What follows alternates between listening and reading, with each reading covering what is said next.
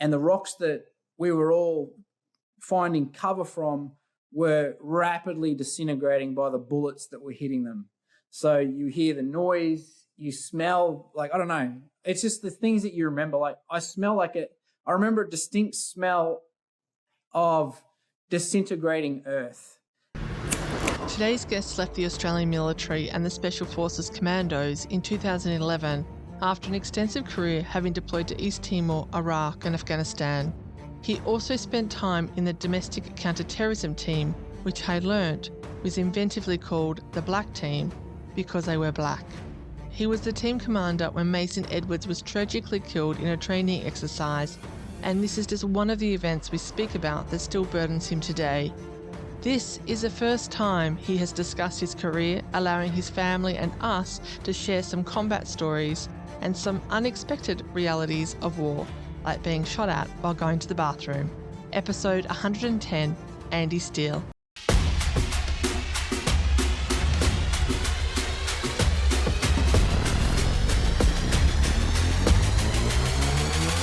The One Moment Please podcast. Yeah.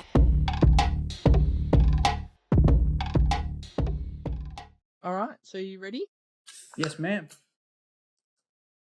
Okay. Oh, I haven't heard the yes, ma'am for a very long time. Oh, yeah, It's my birthday yesterday, so it makes me feel old, Andy. Oh, happy birthday then. That's general lingo over here. Thank you. I know. Well, are we saying where you are now? Because you're no longer in Australia. Are we disclosing where you are? Oh, yeah. I'm totally fine with that. Yeah. Everyone knows that I live You're in in the States now. Oh, yeah. Yeah. You're in the States. I didn't wear my So Tennessee it is, yeah. shirt for a reason. Well, we are recording, so now everyone knows that you live in Tennessee, and Yep. I can take it out if you want. No, that's totally fine. So you reached out to me to come on the podcast to sort of tell your story, which I was very humbled by.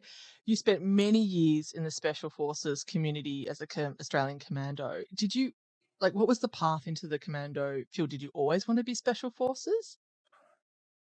I think once I realized that the military was an option, it was definitely that was my vision. I saw, the time era of Navy SEALs, Commando with Arnie Schwarzenegger, those action-packed movies. So there was that in that frontal lobe was starting to get antagonized during my senior years in high school. So it was definitely there, and I think it was just a case of the metrics of the political situation at the time with East Timor. That kind of really tipped it off for me that would be the path for my short future with other things that I thought about later on. Was it when you started vocalizing to your family, and I'm assuming your friends, that you wanted to do military as an option or go military as an option, was that an unusual pathway? Were people around you surprised, or were lots of your friends sort of starting to also watch Commando and... Yeah, that's a good question. What was the other one? Navy SEALs and stuff. Navy SEALs, yeah. I think my dad was a national serviceman, so he did time in Vietnam. So he was definitely someone that fueled the fire on it being an opportunity. So he was pretty open with it. When it came to my sisters and my grandmother, they were a little bit like, oh, there's danger involved. We're not too sure about that. But they knowing who I was very independent, motivated on things that I wanted to be motivated on. I think they kind of saw, hey, if this is what Andrew wants to do, he's going to do it. When it came to my friends, I think they kind of thought the same.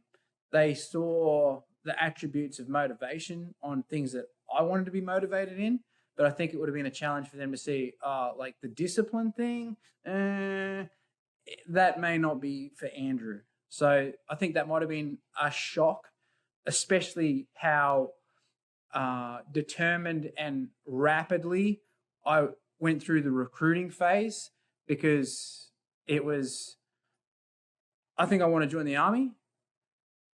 That was in like early 12th grade. I pretty much focused all my attention on that towards the end of 12th grade, and I didn't go to like my graduation. I think I like did about 2 or 3 days at schoolies, and then woke up one morning, a little bit untidy under the weather, and said, "I'll see you later, everyone. I'm going to go join the army." And I think that was like they thought it was a bit of a joke. And then there was a huge period where I went through boot camp, infantry training, that type of thing, where they didn't really, I just fell off the map. And then, after that, I came back to Brisbane where I left from, and it was just a rude shock. Like, wow, like you disappeared, you went and joined the military, and I guess you're like in the army now. So I guess that was a bit of a sucker punch to a lot of the guys that I was close to in high school. Mm. It is surprising that your dad, being a Vietnam vet, was so pro-military as an option, considering how they were treated on the way, way back when they came Right. back from Vietnam. Yeah. So I am surprised that he didn't try to dissuade you from that as an option. Yeah, and as I've gotten older, I've kind of thought about that. And Yeah. I think maybe, well, the short answer, I guess, to that, and this is just my own observations, was his encouragement was like, hey, do like 4 years, figure your life out, get some discipline, and then we can talk about it. And I was kind of under the same impression. I was pretty big into football. You've probably heard these stories plenty of times where, I could have been, great and everything else. I kind of did have like a bit of confidence that I could have gone somewhere, but I didn't. I got injured in my senior year. I played representative football, biting at, the Queensland schoolboy level. But yeah, that injury kind of tore me out of that, and that kind of like redirected me. With that said, my dad was all about, hey, you can play rugby in the army. They've got the army team. You've got this, you've got that. You're in the army, but you can kind of be like an amateur athlete. You can pick up and shoot guns here and there. But if you're good enough, they kind of treat you like royalty, and you're like one of the army athletes, and they kind of give you like a gold pass. So that was kind of his perception, I guess, to drive me in that direction. But I don't think he realized that I'd done my own homework a little bit before joining the military. And then once I got into the military, it was like I had one path, and that was I'm going to go and join Special Operations Command. So considering your friends were Andy's not going to, the discipline's going to like kill him, like he's going to hate it. Right. And then you suddenly turned around in the middle of schoolies and went, yeah, I'm joining the military. And then when you were in, you were like, oh, I'm going to go even more hardcore and go special operations. What was it that you loved about it if everyone around you was like, Andy's so not suited to the military? Everyone's got a friend that's that kid that if you tell them they can't do something, they're going to sprint off into the horizon and prove everyone wrong. So I kind of had a bit of that going on. My dad was, a Vietnam vet. I'd seen, and I was a bit of a history buff. My dad was a school teacher and then became a school principal and that type of thing. So he was, a head of department for history. So that kind of path of knowledge interested me. So I think knowing a little bit more than the average school kid about Vietnam, and like you spoke about how they were treated, that, a lot of the Anzac spirit I saw, I was in that era where the older World War I guys were still just around in like first and second grade. So I was kind of getting appreciation for that. The Second World War guys were definitely around, through mid-high school, primary school era. So I got a bit of that. And then obviously the Vietnam piece, I kind of looked at it like these guys have been challenged by like the darkest of darkest and served their nation when they were called to do it. do I have that in my DNA? So I think that was the big drive for me. And then that kind of just took flight because, self-diagnosed with ADD, OCD as a kid, my dad always used to say to my school teachers, hey, like if you need to throw him around a little bit, that's how you need to get the job done. So it was that kind of not done these days. Oh, no, definitely not done these days. But you get my point. If you didn't put me on a task, Yeah. I say it now, like you use me or lose me. So if I was in a classroom and you had me for 40 minutes, like, yeah, I'll get it. But if you don't continue to entertain me, like I'm going to find something else to do. And for me, the military, the military was that for me. Like there was so much going on all the way from the beginning, like boot camp. They're teaching me how to march. They're teaching me how to, wear a uniform.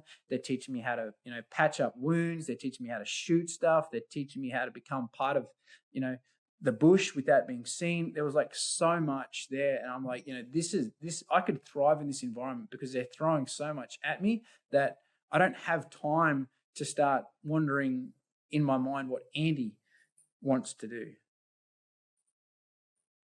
How long were you in the conventional forces before you tried out for commando selection? So I was kind of lucky. The East Timor increase of the military was around 98, 99. And that was 11th and 12th grade high school for me. So when I went through recruit training and infantry training, it was kind of condensed. It was like a 45-day package at recruit training. And I think it was like 45 days at Singleton at the infantry school because I wanted to go infantry. And the reason why I say that is they were trying to up the Australian forces to be able to contribute to East Timor for however long. So they kind of reduced that intake program to really bolster the military. With that, I'd got to 4 RAR, which was an infantry unit, which had just been badged as the new Commando capability in the Australian Defence Force. So when I marched into 4 RAR, there was an emphasis on giving guys the opportunity to go through a quick spin up on, hey, if you went to a regular army infantry unit, this is probably what you'd be exposed to in about 2 years. So they kind of, the experts in the field, they did like an accelerated program where it's like, hey, this is the kind of stuff that you'd be exposed to with exercises, weapon systems, maturity in like a military organization. We'll get you fit.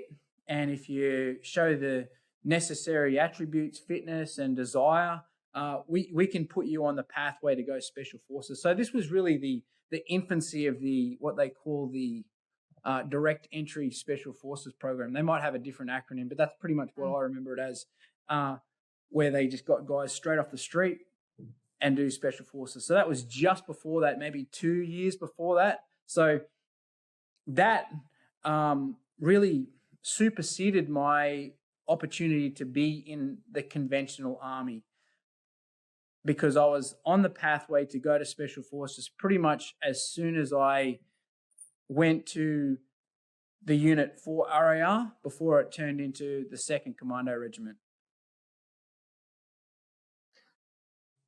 In terms of you progressing through, because I've spoken to a few people and they've gone through different stages of the commando unit, so the training has progressed and changed in terms of length. How long was your training when you went through for the commando selection?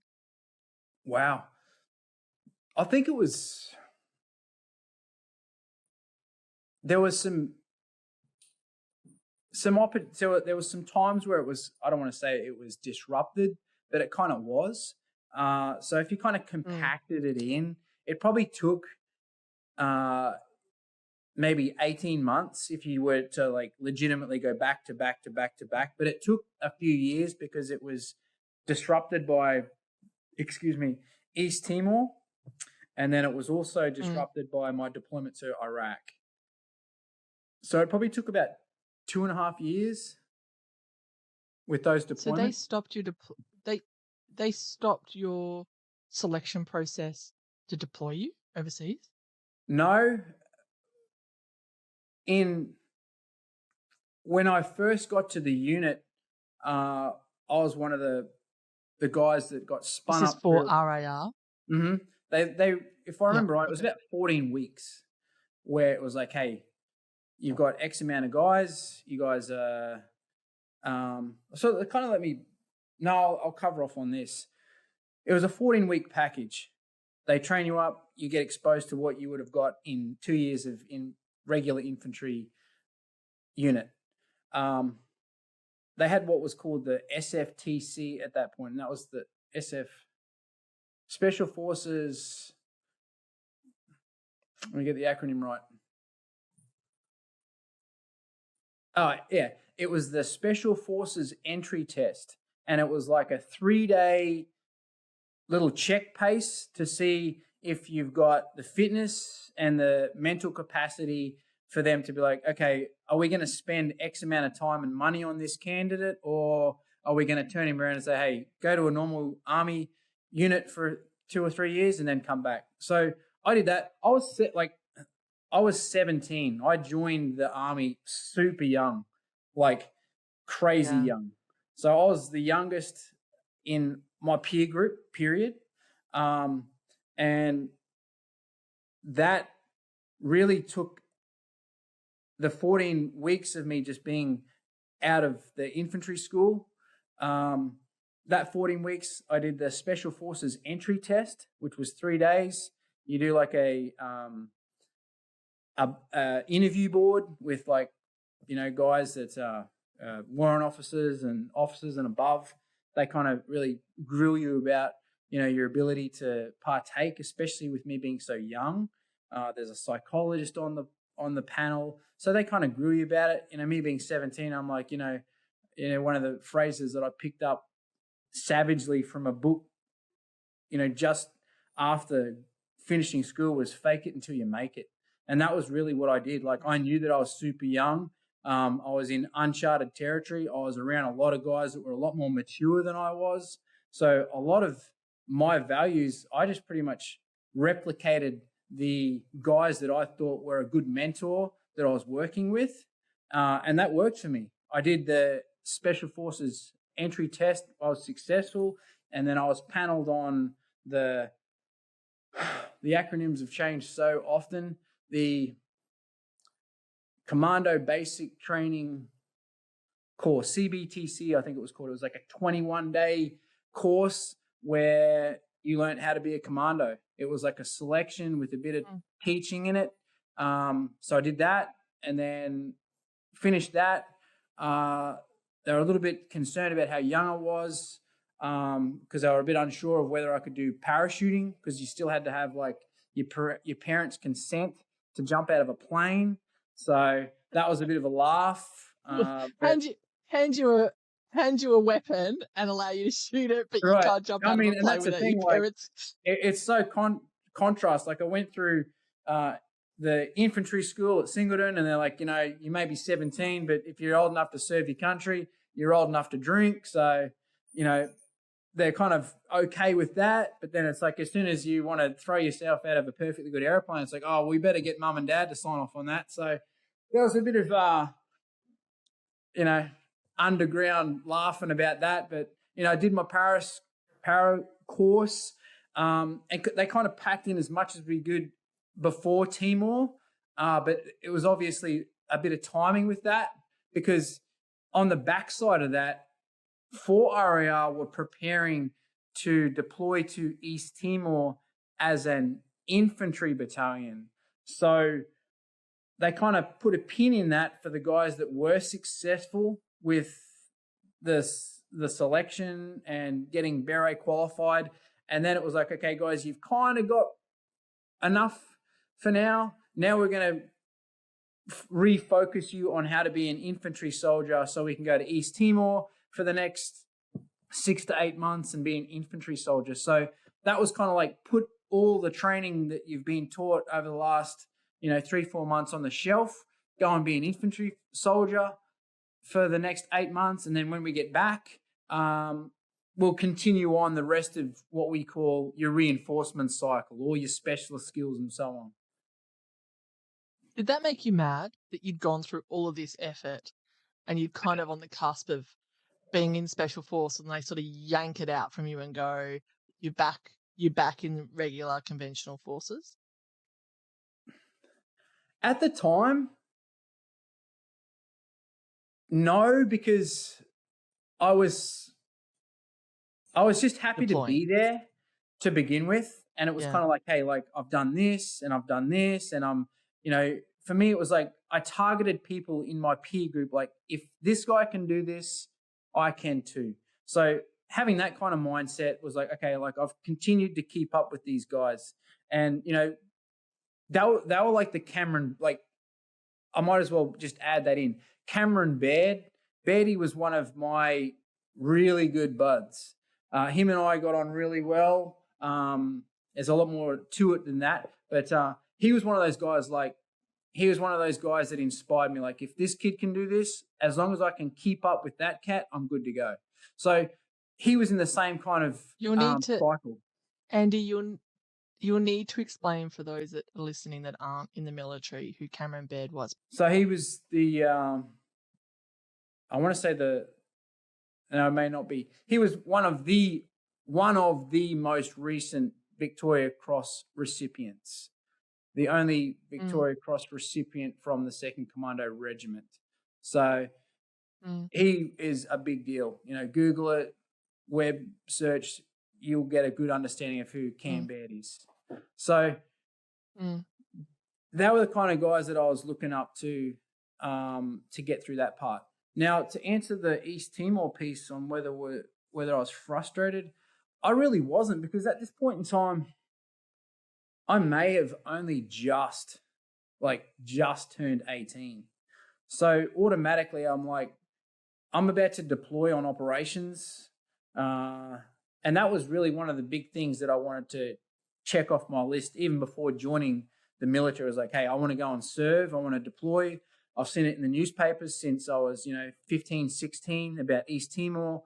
Like, let's do some training and let's get over there and let me do my part. So that shift really didn't really bother me, because it was just a quick change of focus. Like, hey, I've been changing direction to do this special forces thing, and I'm still kind of like on that, but now I'm actually going to go and do an infantry thing and really build the maturity of a basic soldier in operational conditions. And you speak about that in this day and age, and as I went through my military career, that never happens. Like, guys, in the space that I joined, there were really no operations going on. So you'd get a lot of stink eye from older guys going, hey, like, you've been in the army since breakfast and you're already deploying on operations. When we did deploy back, I already had, medals on my chest,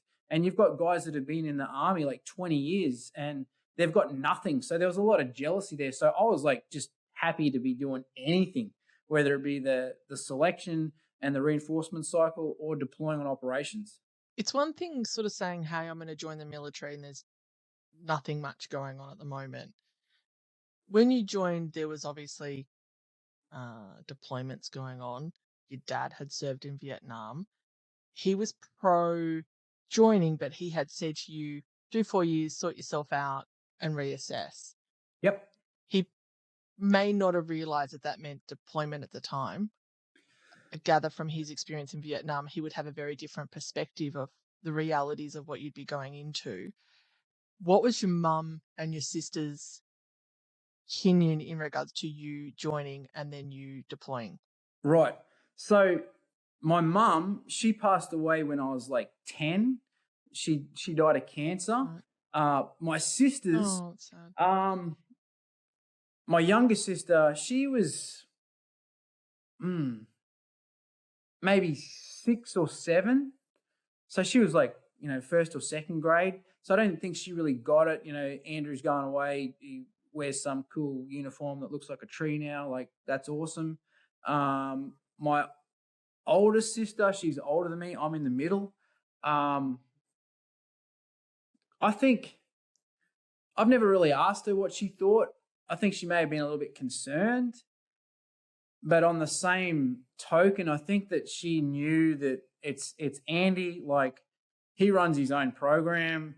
Like, he's going to just take care of things. I was very independent. So I think that through her watching me as a little brother be very able to take care of myself, I think she was like, he'll be okay. So it was like, yeah, you do you, pretty much. Well, I'll ask your sister to reach out to you and answer that question for you, what she thought at the time. Right. When this goes live.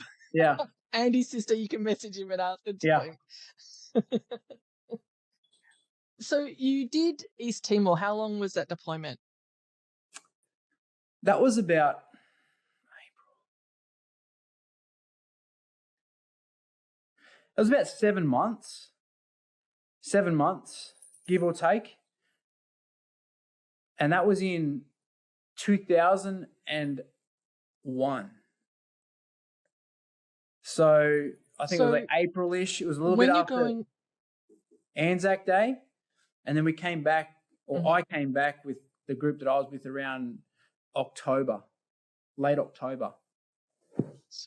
So I've spoken to a number of people that have deployed in East Timor, and most of them are, it was peacekeeping and we were just going out and whatever. And then obviously I spoke to Murray Turner and he was like, like doing other stuff over there. People could go and listen to his episode to find out what he was doing over there. But in terms of as a conventional force, what was your role over there on that deployment? That would really, to narrow it down, it was really stability operations. It was hearts and minds, being a what does that mean though? Being a positive presence to the local populace and enabling social peace up to and until they could restore peace for themselves. And that would be really just creating an environment where, like it was like a big brother kind of mentality where it's like, hey, obviously your little country's trying to figure a few things out. We're going to let the big brother come in and kind of restore some peace and tranquility. If someone needs a kick in the pants, we're more than capable of, but we're really here to help you guys stand back up on your feet. And that really was us being a presence in the community. There was a lot of different moving parts, whether it be us as infantry guys just being that presence and obviously being, a kinetic force if necessary. We never really needed to do that. But build things like, you have like actual builders, engineers in the army. That's their role. But a little bit of that just doesn't go far enough. So you get like infantry guys and we'll go and build stuff. Like there was a school that needed some patchwork done and we went out and we created a safe space for us to protect ourselves that occupied that environment. And like we built the school up, made it like an environment where the kids could start going back to school, those type of things. So it was really just establishing an environment where people could rely on some normalcy while their government fixed whatever the issues were at the time, if that answers your question. How long was that deployment? That was about 7.5 months. Okay. You said that the commando selection finalising that process was interrupted by East Timor and Iraq. When did you go over to Iraq? Iraq, that was February of 2003. So that's a couple of years then it was interrupted. Yep. So September 11 happened when we were in East Timor. And, there was a few moving parts there in the unit. We came back, or I came back. I took a bit of leave, post-operation leave. And then as soon as I got back from leave, it was finish the rest of the stuff that you hadn't done before you left. So I went off and did my specialist courses like, demolitions, amphib work, urban operations, a lot of the other things that are on the to-do list, climbing and rappelling, that type of stuff, where I'd concluded that. And then while that was going on, the unit was really starting to move real rapidly to that new elite status, I guess, where we had post 9/11. There was a few key appointments that volunteered to return to Australia earlier than expected of that East Timor deployment, and that was to set up the Tactical Assault Group East, which is like the black role, the nation's force of last resort to terrorist activities. So there was that going on. And then when I'd gotten back, it was a bit of... Back from where, Iraq or East Timor? Back from East Timor, took my leave, did the rest of that reinforcement cycle. And, you could see on the media, America, all of the alliances were starting to talk about, hey, there's an issue in Iraq. So with that going on, I was in a position where I was like, okay, there's a good chance that I've positioned myself appropriately and checked all the necessary boxes to be one of the shooters on the ground for Iraq. So that's really that period between East Timor and Iraq. It was quickly get the rest of the checks in the box to be a fully qualified commando.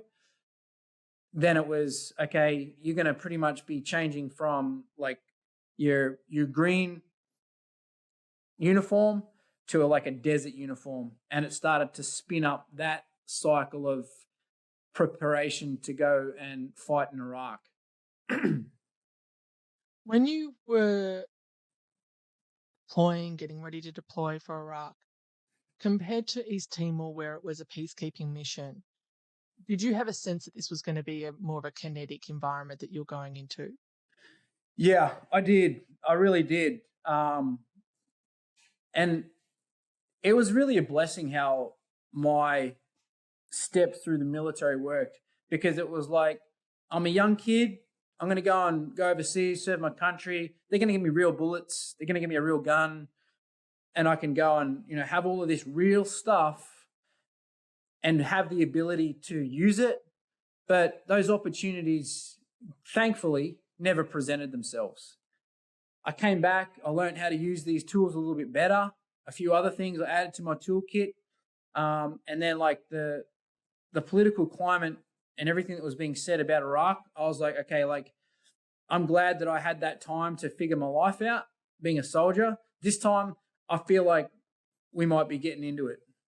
We might be starting to really take the fight to the enemy. So I was a little bit more amped up at that point, but I felt like I was ready. It's interesting that you use the words amped up, and I think it's something that people, that myself included, and I've come to understand this from talking to veterans, that when people volunteer to become in the armed forces, that it is something that you guys do want, you trained to do, so you do want to go over and deploy. and get into the fight, so to speak, and defend the country. Given one of the things when I was researching you, your strong faith came up. Did you have to reconcile that deciding to go into the military in the first place? And then how did you reconcile that going into more of a kinetic environment? Or did it even factor in? It did. And like I said, I felt through the progression that I was only put into situations that, God had me prepared for. So I was like, before I went to Timor, I was like, hey, I'm a Christian, I'm this and I'm that. Use me for whatever it is that you have in my path. Like if you want me to get into a gunfight, make sure that I can do that. I've been training to be. So this is your conversations with to God, so to speak, not to the military. Right. Yeah. Okay. Obviously the military think I'm good enough to go over and serve. I think I'm okay to go over and serve, but the big guy upstairs, like I need your signature, man. Like I need you to give me the green light to do this. So I did that. Nothing really happened. I wasn't really pushed to that point, and I always say, thankfully, like nothing bad really pushed us to do what we were supposed to do there. And I was okay with that. The next time around, going to Iraq, like that was where you asked me about what my parents thought. I think about at that point, I was around, I was a couple of years into the army at that point, and my dad kind of saw, hey, I thought you were just going to be, going to join the army to play a bit of footy. Next thing I know, you're a beret qualified commando that is like chasing, the darkest of the darkest operations to fight in. What happened? So there was those kind of conversations. My grandma, she's like, like this is a little different, Andrew. This is not peacekeeping. Like you're about to go and, potentially interdict, weapons of mass destruction. Like that's not, East Timor, peacekeeping and, playing with kids and, building a few schools and that type of thing. So that kind of like influenced me to be like, okay, so this is a little bit more serious. And those conversations with my family kind of induced conversations with the man upstairs. And I think those opportunities really refined my faith and pushed me like, hey, like if this is where you want me, there's been plenty of soldiers in the Bible. Hey, I'm cool with this. So I was a little that drew me closer, not as close as I am now, and not as close as it brought me when I did start to get into those gunfights. But these were like those elementary phases of like really fostering where I pull my strength from. And that was a key part before I went to Iraq. So as Aussies, we don't really talk about God and religion and faith and all that sort of stuff. But it's interesting that you just said that you pulled a lot of it from your faith in regards to your mindset. And I'm interested that you contribute it more to faith rather than your own mental strength. Yeah, and I think, to be honest, I really to this day put it down to it's not my flesh that got me through a lot of the stuff that I got through. It was what's inside me, right? And that was something that I was pretty open with, and I'm not going to downgrade, or this is just my opinion. It really wasn't. It wasn't really. I don't want to say it wasn't reciprocated. It just wasn't really a conversation that was openly entertained amongst my peers. Because we're Aussies, we don't discuss it. Whether that was the rank structure that went up the pole, or the rank structure that went down the pole. Like it was like, Andy, and I can say it because, I know who I'm talking about, and the guys, that see this are going to laugh about it. Like they were like, yeah, Andy's a bit of a freaking Bible thumper. Like look out, like he'll wear you out. And I was okay with that. And Watch you out for know, Andy. He's a Gotti. That was the yeah, conversation. he's a full-fledged Bible thumper, so stand by. And I was okay. Like, I knew I was that churchy kid that ran that program, and I was fine with it. And later on down the track, if we get into it, I think there was some opportunities where guys really started to see, like, hey, whatever it is whatever voodoo, magic, wizardry that you're into, man, like it's working, man, because when you're around, like, we seem to just, like, we're okay. But enough on that for now. So yeah, that was a huge part of my selection. A huge part of where I drew my strength from, because I was a lot younger than everyone else. I think it was, again, a lot of the director staff, like, they saw how young I was, and they're like, we're going to push this kid a little bit harder because, truth of the matter is, we don't think he's got it. And Yeah. that's where it kind of was. Well, that's understandable, though. Yeah, that's understandable, because at the end of the day, if you're at the pointy end of the spear, you don't want a liability in that team. Right. So you Of can course. understand why they pushed you a Yep. bit harder. Yeah. So you came back from Iraq, and now you're in the Commandos? No, I was in the Commandos in Iraq. Shit.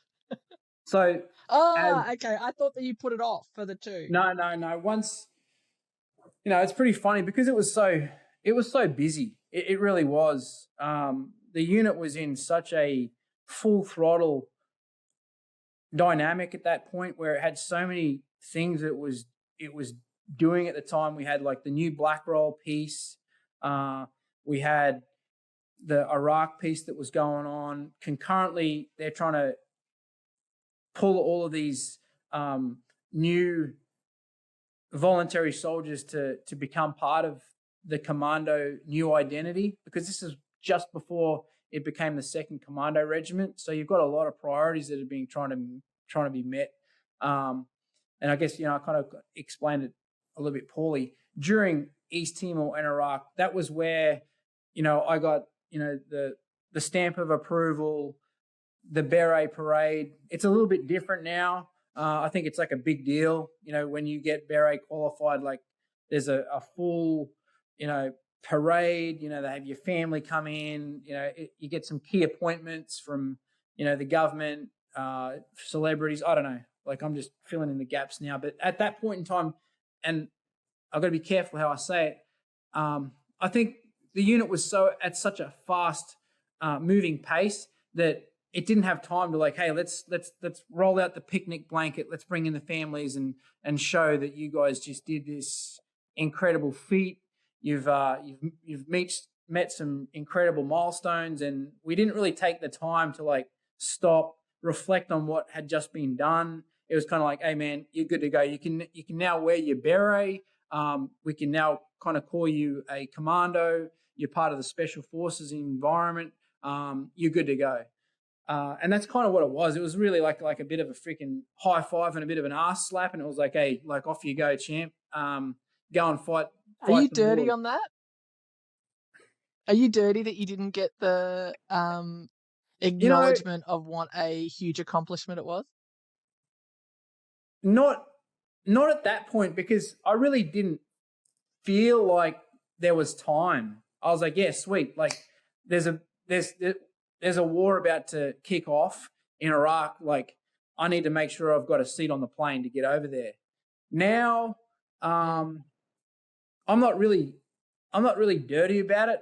I'm more super glad.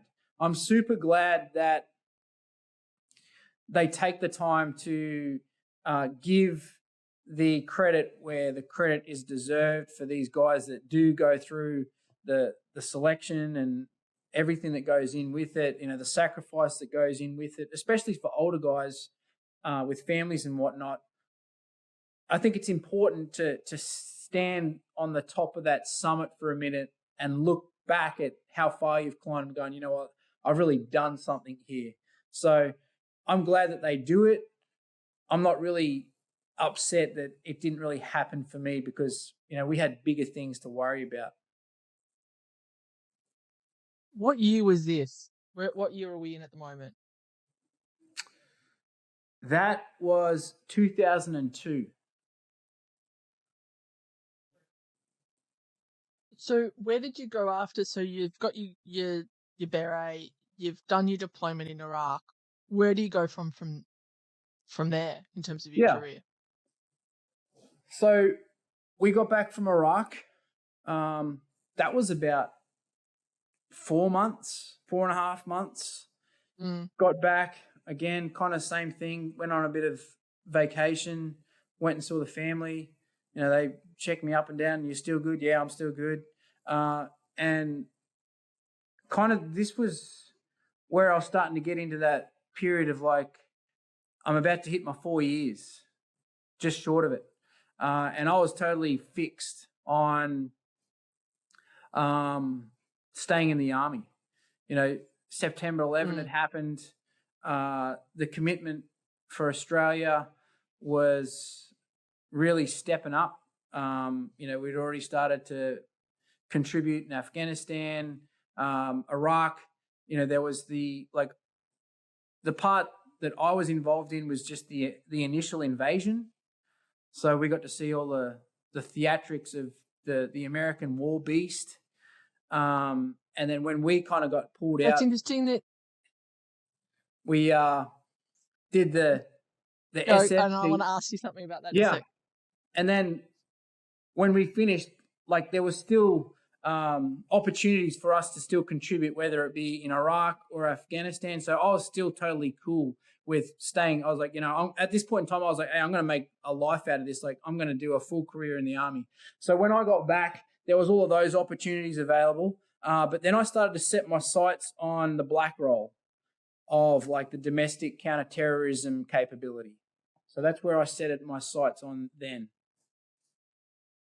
Before we get into that, you mentioned that you were seeing the theatrics of the American military.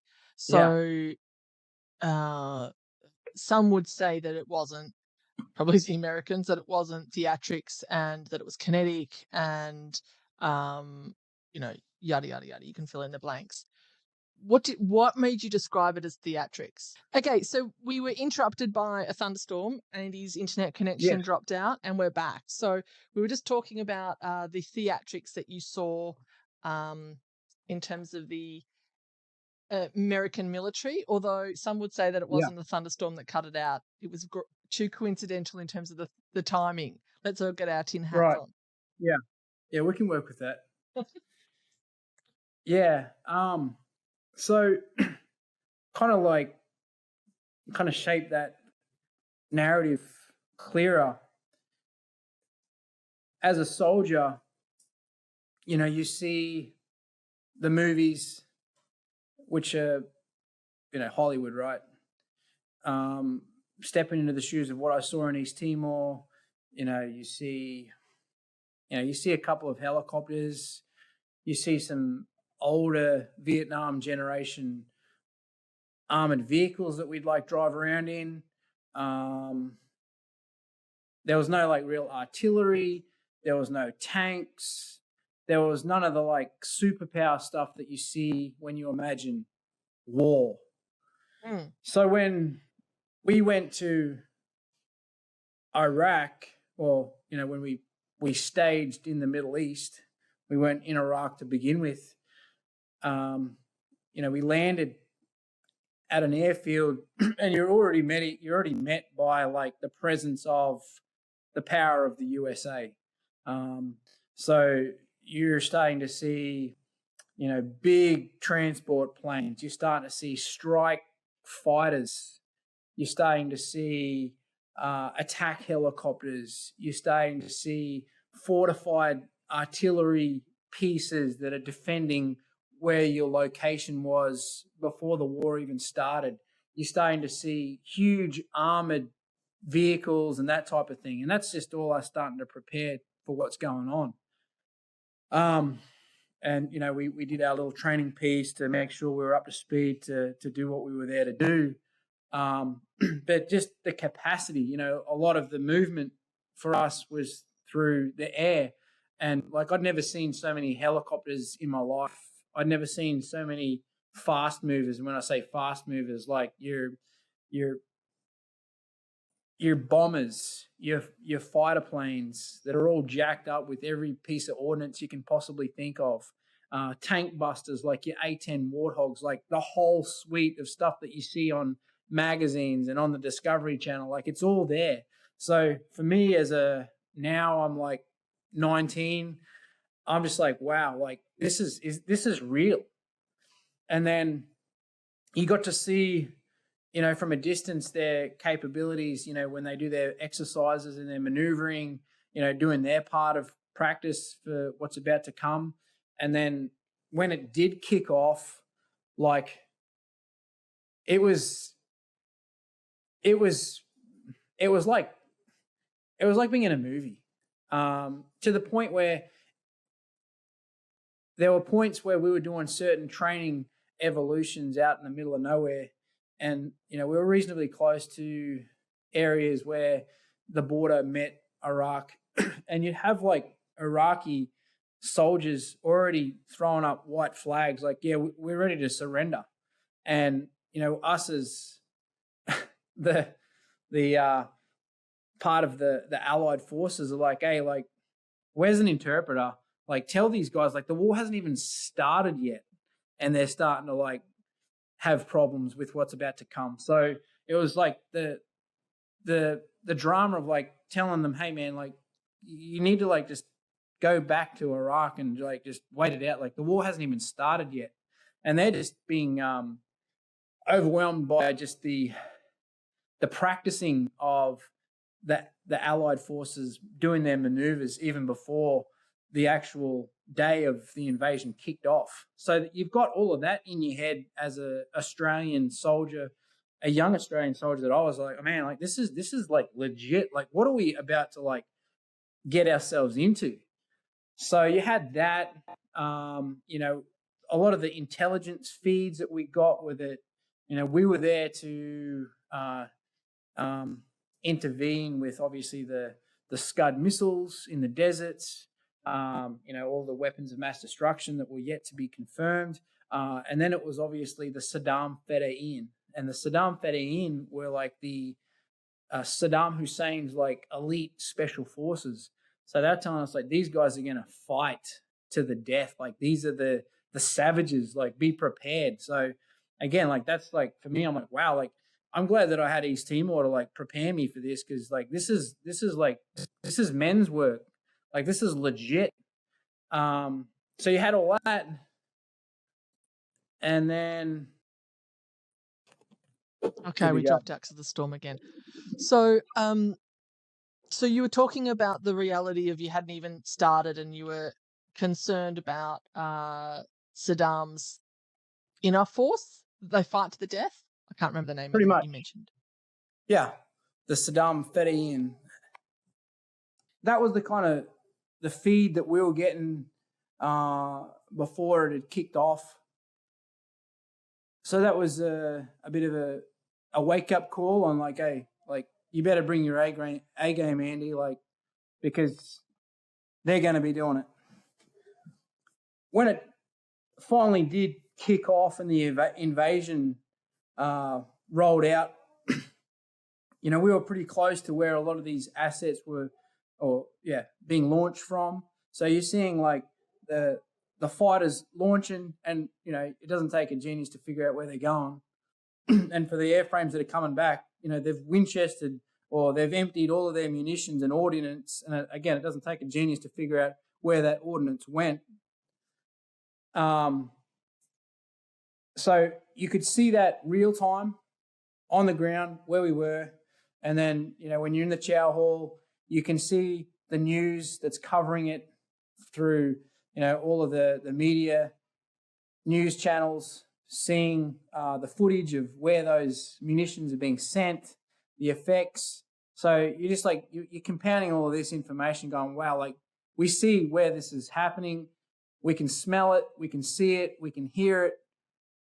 We're also seeing what's happening on the ground through television. And then as time progresses, when we did finally get, taken off the leash to go and do our part, when you started to get on the ground to see the effects of all of this, like it was just like, for me, it's hard to put into words, like the amount of damage that, war can do, not just on human life, but on infrastructure, like the damage to the airfields, the buildings, all of that. So that was a bit of a way, like, I was like, wow, like, this is what war is. It's carnage. And that was a bit of an eye-opener for me, I guess.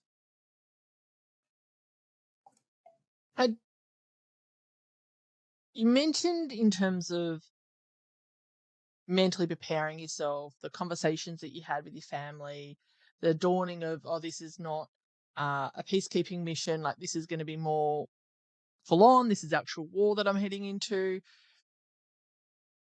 Did the expectation, the mental expectation of what you thought it was going to be, marry up with the reality when you were on the ground? Kind of a two-part question. So I'll unpack the first part. There's a fair bit of sitting around, which I think that's an interesting or an important part to add to it in soldiering. Like, there's a lot of, you're preparing your gear, you're anticipating what's to come. So that part, I kind of like whitewashed that. I'm like, no, like, I'm always going to be in the thick of it. So that wasn't necessarily the case on that. The more the high tempo, the hypervigilance, that part's always there in the highs and the lows. And then, like, the real intensive, the action parts, it's like, for me, and again, it's just me through my eyes, I was always, it felt like every couple of minutes, I'm like questioning myself, is this real? Or am I like dreaming? Is this some kind of fantasy? Like, no, this is Andy, you're alive. You're like, you are seeing this real time. So there was always those like reality checks for me. So that was interesting. I never like really had that in my mental planning, when I was back in Australia preparing for combat operations. Did you discuss that with any of the other guys that were over there? And were they also going through the same, is this real, sort of self-conversations? Not like the, hey, let's, sit around in a circle and drink a Coke and talk about it. Right.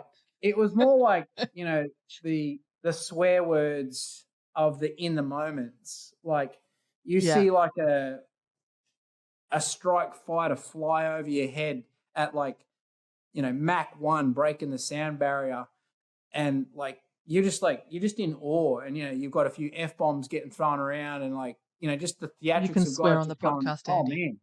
Right. So just that in itself is kind of like justifying to me, like, oh wow, like they're seeing this the same way I am, without having the, hey, do you feel the same way I feel? Because like the emotion, the raw body language kind of says it all. How long was that deployment for? We were over there, or I was over there a little bit longer. I was over, so about 4.5 months, because I stayed on a little bit longer after the main effort returned to like clean a lot of our equipment. Australia's quarantine standards are a lot higher than everyone else's. So anything that was required to come back to Australia, we went to a base over there, and, we were going over stuff with a fine tooth comb, making sure that it didn't have dust, grass, whatever, so it could be returned to Australia and pass quarantine. So, yeah, that was my last little, I guess, like 3 weeks of Iraq. And I thought it was awesome because it allowed me and the guys that I was with to like kind of decompress, because it was like, hey, you've been in a bit of unusual conditions.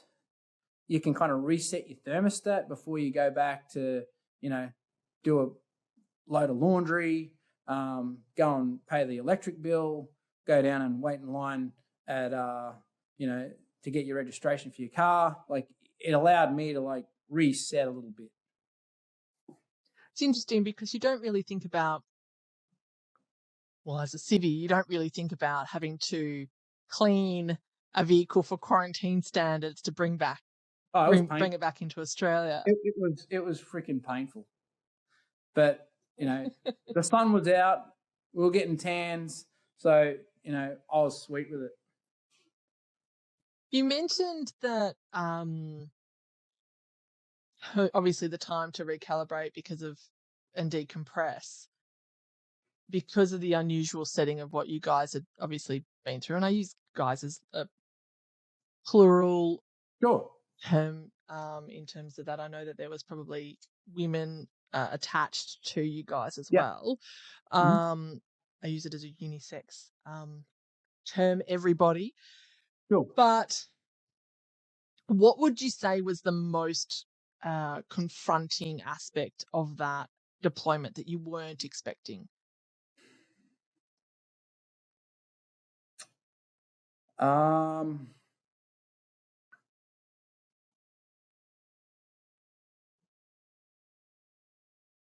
I think now I want to make it clear, I wasn't really involved in any like gunfights or battles in Iraq. So I hadn't really confronted that portion of my military career yet, but I did get confronted by the effects of war on humans. And what I'm talking about is the innocents that are caught in the middle. So there was the interaction of like the Iraqi civilians that were kind of like stuck in the middle. And that, I don't think, for me, it was a little bit different to East Timor because you were dealing with the regular populace, but it wasn't at the capacity where, people were getting blasted and, houses are getting demolished and roads are being destroyed and personal property is being compromised. You didn't really have to deal with that at the capacity that you did in Iraq. So the part of soldiering where the compassion and sympathy narrative was kind of introduced to me for the first time. And I hadn't really felt like I'd been exposed to that up until then. So that was a part of my being that I kind of had to kind of interpret and figure out on the fly. So that was probably the most confronting part of Iraq, dealing with the community that was there to be, picking up the pieces. The kids were the big part was the kids.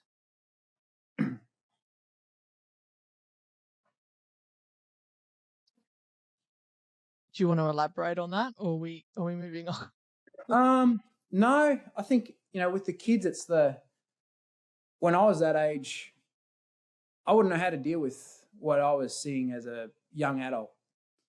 And for them, they just don't have the understanding, nor do they have the ability to understand, just through the language barrier, who these people are that have come, and they may not be able to direct the link of like looking at you, be like, you're directly responsible for all of the carnage that I can see in my life, but you're definitely affiliated with it. And you look different. You have an appearance that's incredibly intimidating, and I don't know how to deal with that. And, for me, maybe it was because I was a young adult, a senior teenager, if you will, and a younger soldier at that point in time.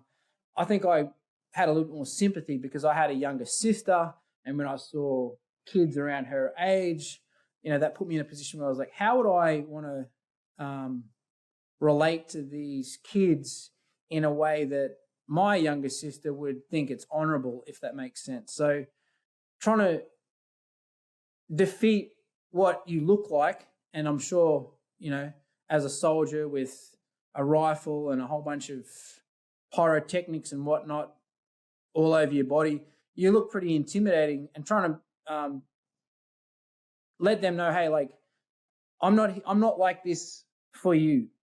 Like, I'm a completely different person to you, but I look like this for a completely different reason, a different matter beyond your comprehension. And that was a difficult part for me and you just don't have time to be like, hey, like, there's things that you don't understand. You may think that we're the bad guys, but really, hopefully one day you realize that we're not. And that was the hard part. And, you do the best if you can, but it still kind of lingers with you. From Iraq, you moved into the counterterrorism unit. Was that directly after Iraq? Yeah, we came back, had a bit of vacation, and then, like I was saying, in this day and age, the courses that enable you to serve in that unit, you pretty much do them back to back. Whereas when I did it, it was like, hey, now that you're back from Iraq, hey, you can do this now.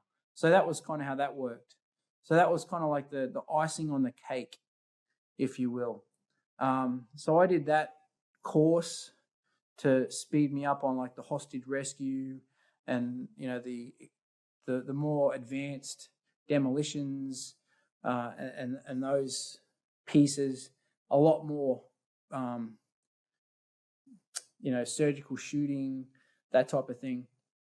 And when I did that, that took me on a tenure of about 2 years in what we call black roll.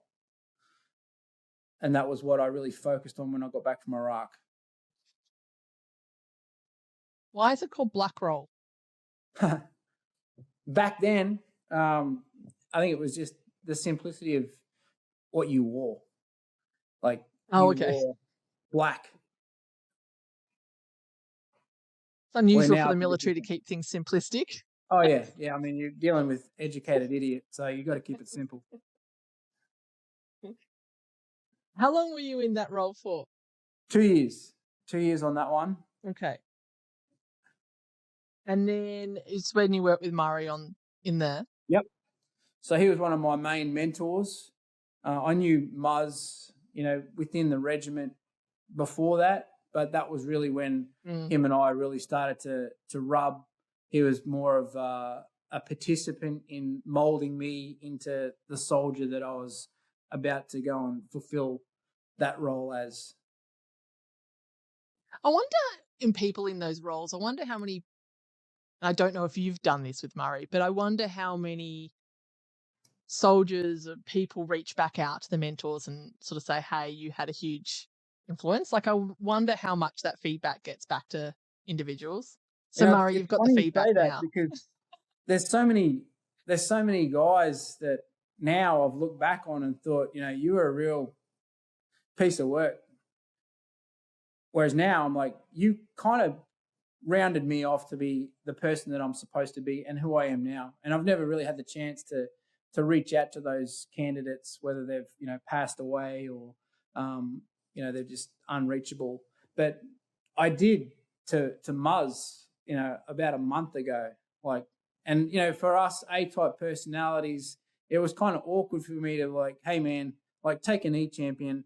I need you to know that you've really groomed me to be a good bloke, not just on the tools, but in my personal life as well.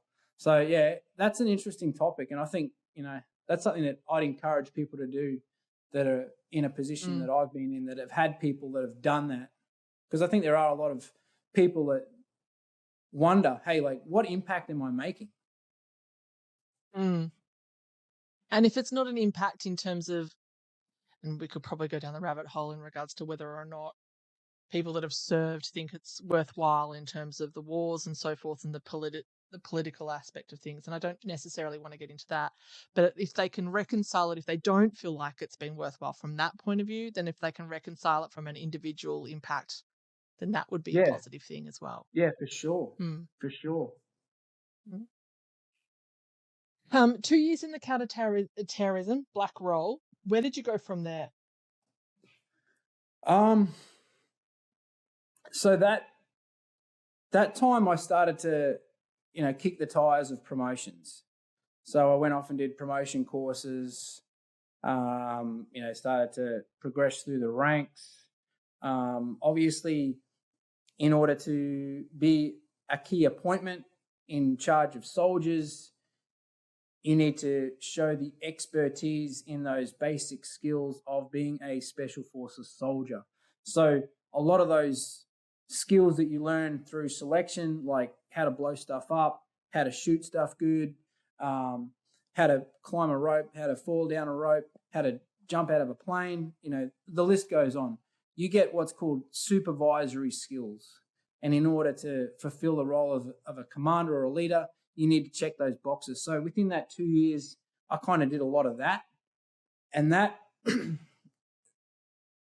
allowed me to return to what we call, or what we used to call, green role. So you're on black, you're doing like the counterterrorism piece. Green role is like, okay, now you're going to go and do your war fighting again.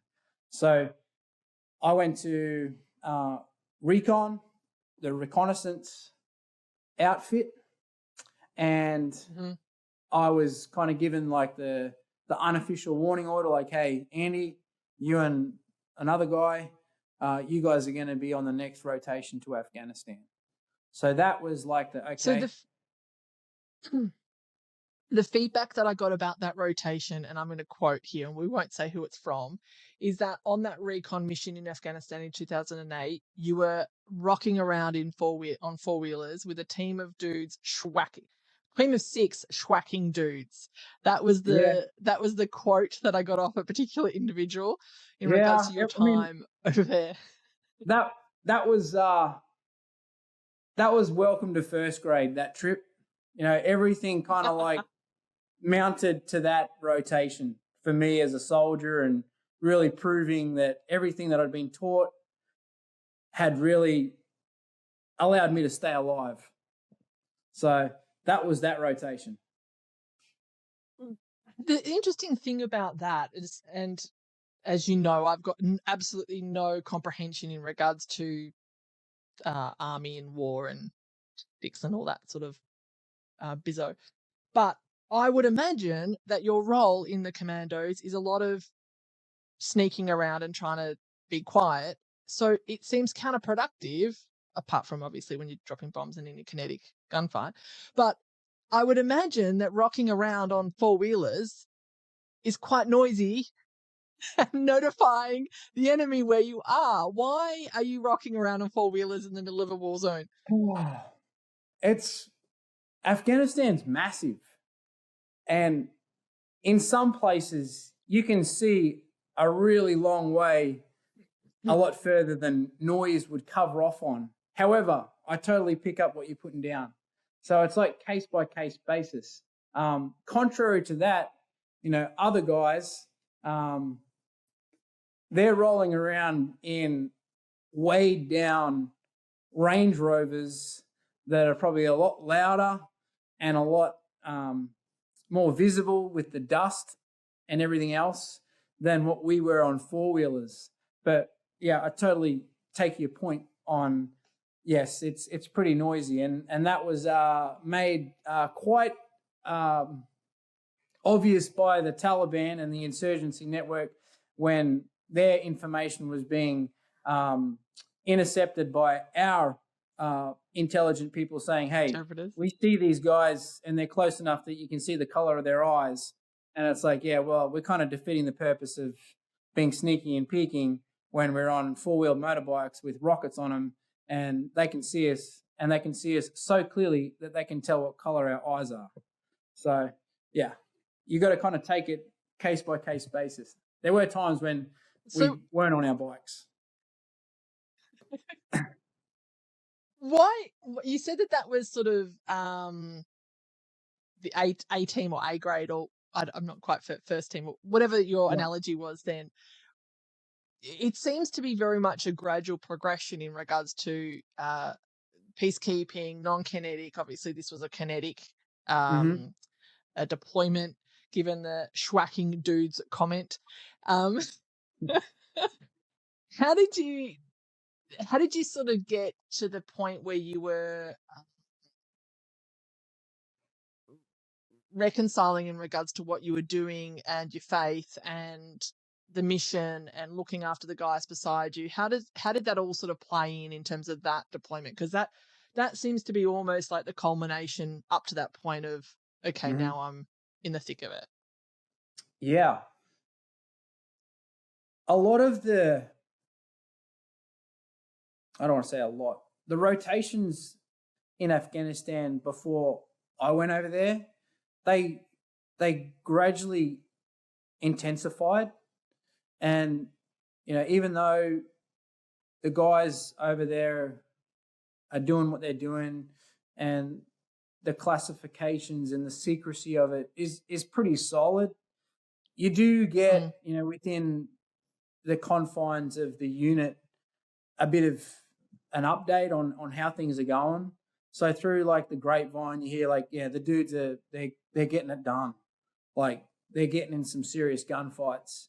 So that kind of antagonized me to be like, okay, I've just been given my warning order that I'm going to be, rolling out, in a couple of months, heading over. So that thought process, that molding starts to begin even before you get over there. And I want to cover that because you spoke about it, the progression. Like, as I said, got qualified pretty young, went to Timor, kicked around East Timor with a live gun, doing a bit of peacekeeping. Came back, finished the courses I needed to, went to Iraq, got to see the full muscle of the American air power. Came back, did the black roll thing. Now, the black roll thing, yeah, it's a team organization. It's a team environment. But in order for you to serve in that environment, like, I think your skills as an individual are the sharpest that they're ever going to be, because you're shooting every day. You're on like your specialist tools. You're driving cars like a maniac with precision. You're blowing up stuff, with your eyes closed because you're just so good at doing it, because you're so fluent at doing it. You're very confident in your ability to engage, precise targets, very easily in like the worst conditions, nighttime, standing on your head pretty much, this, that, and the other.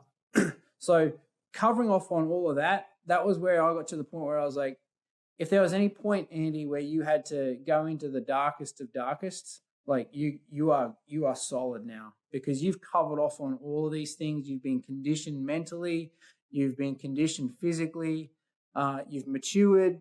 So I felt good about myself in that environment. And the other guy that I was with, he was pretty much on the same period of black rolls that I was, and he was my leader, and I was his second in command. So him and I were like, hey, you guys go and, do what you do. So I was confident in that shape of mind. My faith, that piece, I kind of started to see the writing on the wall. It was like, hey, like, God, you've kind of like taken me on this excursion of gradually getting to where I need to be in order to do what you may need me to do. So that part was good. My family, I think they started to understand like, hey, Andrew must be pretty good at what he does now, because, he's been there a while. So with all of that, the only thing that needed to be added was to get over there and get it done. So the piece of getting over there and getting it done, I was eager to get over there, and I knew at this point I was like a little bit iffy. East Timor, we might get tested to prove what soldiering is all about. Iraq, I was like, yeah, maybe the first couple of days, but then it kind of washed off pretty quick. So I was like, we're not really going to see that. But Afghanistan, I knew as soon as there was like a smell of me deploying to Afghanistan, I knew without a doubt that we were going to get in gunfights. So I was mentally conditioned and ready. You mentioned before we started recording that you had given your family and particularly sisters sort of the G-rated version in regards to the danger side of what you were facing. Just how dangerous was that deployment? I think now that I look back on it, it was a lot dangerous than what I gave it credit for. You're as the recon patrol, you're isolated a lot. Not to say that you're unreachable by the support, but it may take a minute. And there were times where I don't want to say through lack of planning or lack of being able to predict what's going to happen. It's just war is war, and things just happen. So there were times where you get kind of stuck, and we got stuck a couple of times where you're like, I think we're going to wrap this up real quick.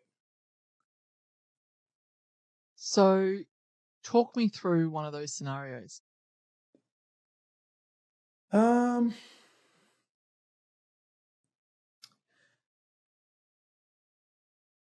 I'll take a step back. I guess in the line of work that I used to be in, we used to call it baptism by fire. And that's where you kind of like christened in the art of war, I guess. And on that rotation, it had been a little quiet because we'd just experienced one of the coldest, snowiest winters in Afghanistan reported, apparently. So to us, it was like, it's just cold and it's just crappy. So it is what it is. However, in Afghan language, that means we're going to try and just survive and try and keep alive until the sun comes out, and it's weather that we feel like we can fight in. And as a younger guy in Afghanistan, I'm like, hey, like, come out and play, boys. Like, I'm here to fight. So it took a minute, and I think Muzz spoke about it. Him and I, rubbed shoulders one day, and we're like, hey, man, like, where's all these guys that everyone was talking about that was ready to fight? And that day, maybe a day, that discussion happened in like a safe area where there was a whole bunch of us. And then, we got tasked as recon to like go and, do some detective work. So we charged on up, and I'm like getting pretty annoyed. I'm like, I'm carrying all this stuff. I want to start, shooting it at people. And yeah, we heard it over the radio. There's 13 dudes that are in a patrol formation just down the road. And, to me, I'm like, nah, like, I've heard this for the last, 6 weeks about, people want to come out and play. They want to fight. They're going to, do this and do that. So I was kind of complacent on whether it was legit. So we're kind of just driving down a road up on the high ground, kind of just making our own way through the desert. And we pop around the side of a feature, and you hear like a crump. At that point, I'd never really heard what the sound of an RPG firing from a distance sounded like, but I was just educated on it. And then the next thing you know, you see this rippling shimmer of shadow that's spiraling through the air towards our formation of ATVs, and it exploded just over our shoulders. And that was one of those, we're looking at each other like, did that just happen? And yeah, that was pretty much the introduction to, we're just about to kick off into a serious gunfight. So that developed into a decent gunfight. There was a bit of fear, but you're just too busy. Like for me, I know I was too busy. I was in that point, like, is this really happening? And then we kind of regained the initiative, I guess. We started to call in planes to drop bombs that were okay at, doing their job.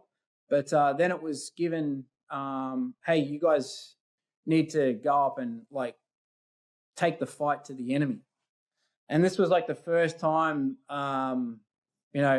we'd dismounted off the bikes, especially into a gunfight. And, we were looking up this huge mountain where these 13 fighters were, and, some of them had started to perish and whatnot. But as we started to close in on them, we're at altitude, we're shooting backwards and forwards. And I'm just thinking to myself, I've been told about this adrenaline that's supposed to kick in. And I should be like just, climbing this thing like I'm on roller skates. No issues at all. That never happened. Like I was hurting the whole time. Like every step I took, it was like it was going to be my last because I was that exhausted. My mouth was dry. Dudes are shooting over your head. So there was that. But that wasn't really as scary because I was just too. I was in so much disbelief. So that was the baptism of fire. There's a lot there. There was things happened. One of the guys that came with us, his gun malfunctioned, and I was the second in command. So it's kind of my job to make sure everyone's running with the best gear they got. So I made the executive call, like, yeah, your gun doesn't work. So this insurgent's gun, AK-47, that is now yours. You'll need to continue to fight with that. So there was a lot of that going on. Dealing with the deconfliction of bombs coming in and positioning us on the ground. We actually captured one of the insurgents alive, and that was a bit of a situation because I was telling one of the guys, hey, there's a bad dude that's right behind that rock, and he's just not computing. So when he came across this guy, he was just absolutely just horrified that there was a guy there. And I'm like, dude, I was telling you the whole time, like, you've got a bad dude in front of you. So there was that going on. And that kind of settled down that day. That was no casualties on our behalf. So that was good. The fear one was a couple of weeks later. We'd been told that there'd been a location that needed to be looked at. A couple of the other rotations before us had gone down there and got into some decent fights. So, that was the next project for us. And as recon, we were tasked to take the high ground. So, we went up and did some pathfinding, established some high ground to be able to see the battle space, provide commentary to the commanders and, the rear echelon, hey, this is what we got. For the guys that were in the low ground, like, hey, this is what we can see. If you guys, push forward, you guys are safe, so on and so forth. You get my point. And there was a couple of things there that were a concern. Like, yeah, we've got some other potential threats that are moving around, on other features beyond us. So just keeping that at tow. And that was very similar to the story that Murray told about, where they kept on pushing and pushing and pushing. And the next thing you know, it was on. It was on like Donkey Kong. I was with 4 guys on a feature, and I don't want to say that we weren't prepared, but we weren't prepared. It was and it was a nice sunny day. Guys have got their shirts off, getting a bit of a tan while they're on their optics, just observing at distance. And the next thing we know, the low ground's getting lit up with, RPGs, machine guns, mortars. They're shooting back out of the low ground into what they assumed was defensive positions by the insurgency network. That was the worst day that I remember on that deployment, because you call it effective fire or being pinned down. Like, we were pinned down. We were in like a cluster of rocks, kind of like reducing our signature. And the rocks that we were all finding cover from were rapidly disintegrating by the bullets that were hitting them. So you hear the noise, you smell, like, I don't know. It's just the things that you remember. Like, I remember a distinct smell of disintegrating earth, and I could smell it. And we're looking around at each other, and like, there's nothing that you could do. Like, guys are like, this is horrible. And you'd think there'd be more swearing and more screaming, but it was very G-rated. Like, dudes like, this is pretty crappy, man. And you're like, yeah, this sucks. And yeah, that went on for longer than it needed to be.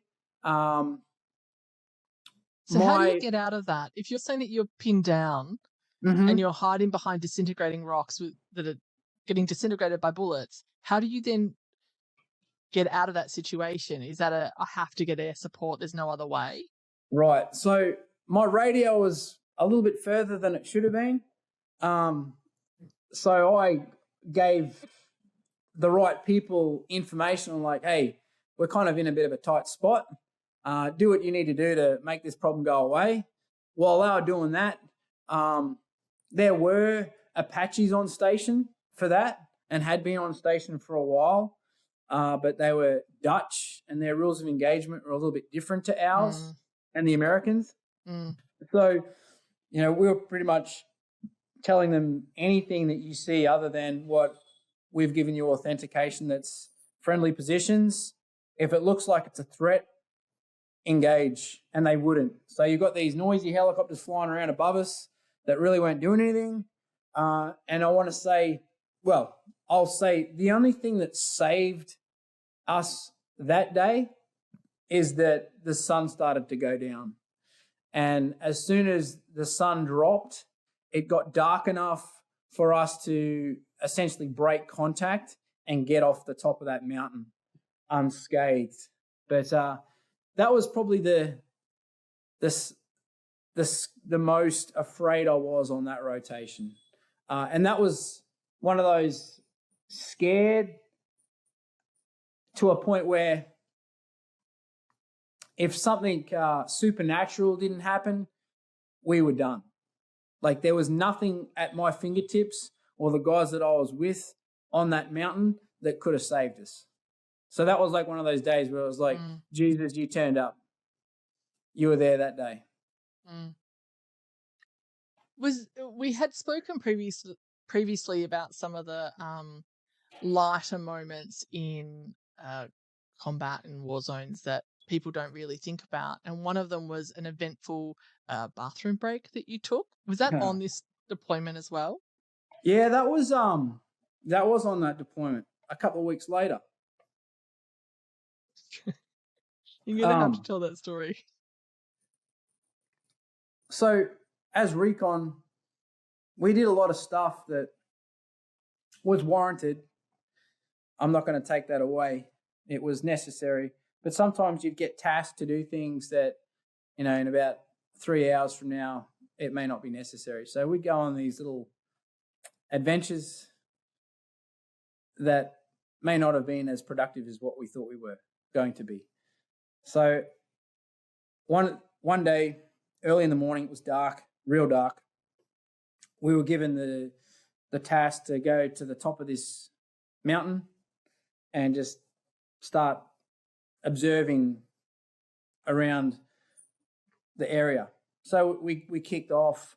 We lightened our load as much as we could because we had a lot of bombs, guns, equipment, batteries, whatever, you name it. So we kind of thinned it out as much as we could. And we started rucking up this huge mountain under NVGs, which is a skill set in itself. Night vision. With shaly rocks, with a 40-kilogram pack on your back, trying to stay in formation with another 5 dudes. It's you got a lot going on. And we got up there, and when the sun did break, we looked at the way that we negotiated it, and all of us were like, I don't know how none of us just died. Like, how did we climb? There were points where you were like legit rock climbing with your pack on your back, your rifle slung, and you're like legit climbing a cliff face, for, a meter or two. So we're just like, how did we do that alone at night with a pack, night vision, and we got where we got. So that was enough to, think about for a minute. So the sun came out. We were just observing. We were up on the feature or just below it. And, it's time to do your morning routine. And I'm like, hey, I've got to go to the bathroom, boys. Like, I'll see you on the flip side. So, yeah, no worries. My TL is like, hey, man, while you're over there, just do us a solid and see if you can see any locations where you can we could drop a helicopter if we get, for whatever reason, we may be able to get airlifted off this and we may have to climb down if we get a casualty, whatever the case may be. Just find some landing zones. So I'm like, sweet, man, I'll see you in a bit. So I head on off and, it's a nice morning, not too hot, not too cold. And, when it's potty time, you want to find the right spot. Like if there's a time when you're out in the Badlands, you just want a couple of minutes to yourself to just enjoy the serenity.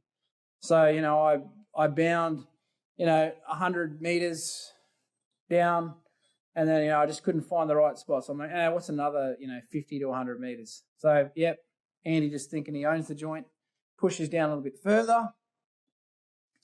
And, I get to that point, I'm like, I'm getting a little bit isolated here. No, we're all right. I'm still good. I've got my wits about me. But I really know if I took another 20 steps, that's the platinum spot. So, yep, I'd take another 20 steps, set myself up, start taking care of business. Pants are around my ankles.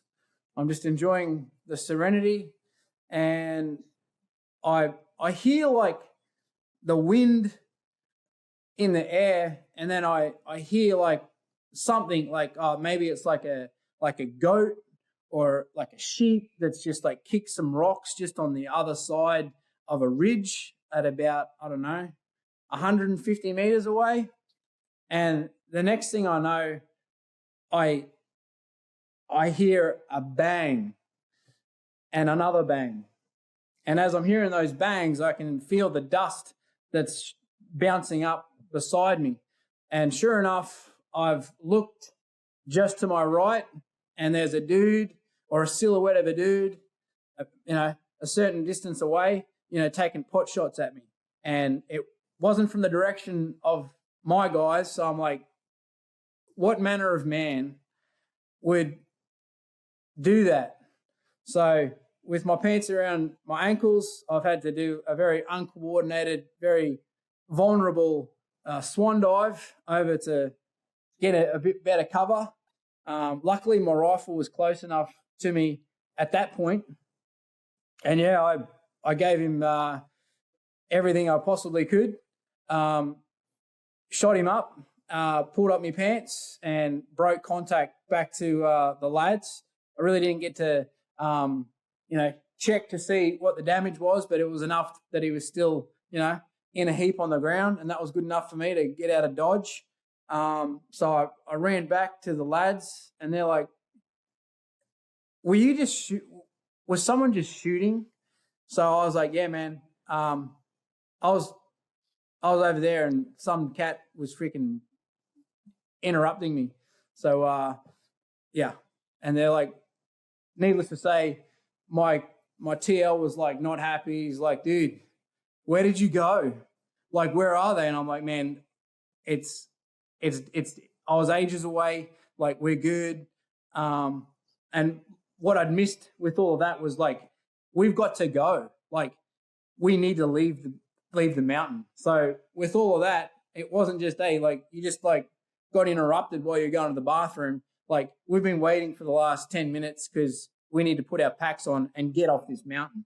So that was one of those mornings. So regardless, to say I got in the shit from my TL about 1, you went too far away. 2, you didn't have a radio. And 3, you got in a gunfight and you didn't invite anyone for it. So that was one of those days. I think that there's an element of, I think for people that don't know, that have never served, like myself, we always think it's very, like, war is very serious. And at the end of the day, there are elements that are lighter. I've come to understand from talking to people that have served that it's not always serious. There's a lot of humor that goes along with it, and I think that being interrupted while you're having a morning constitutional, Right. it's Well, the funny probably thing one of was, those times. I swear it was like about a week or 2 before that I was doing the same thing around the same time in the morning. And I thought to myself, wouldn't it suck if, someone started to shoot at you while you were taking care of business? And then, like, sure enough, it happened. And yeah, I got a few Put extra it out there in the duties around. universe, Andy. Oh, yeah. So, yeah, that was one of those instances. So that was 2008? That was That 2008. deployment? Yep.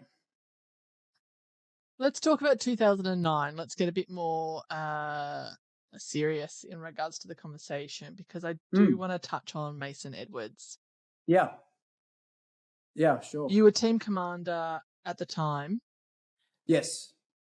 Talk to me what you can. I obviously don't want to go into anything that's not been released to the public. Talk to me about what happened and then the impact that had on you as the team commander. Yeah. 09, I'd come back from 08, obviously.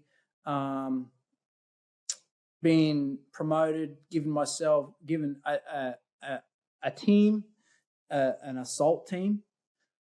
And we were preparing, doing our pre-deployment training for the next Afghan trip that was going to be in 2010.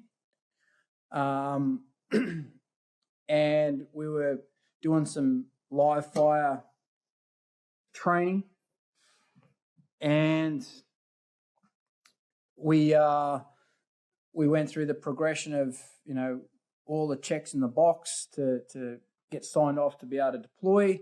And this was one of the culminating exercises, what you call it, where you add all the little pieces that you've been practicing all together to show that you're good to go.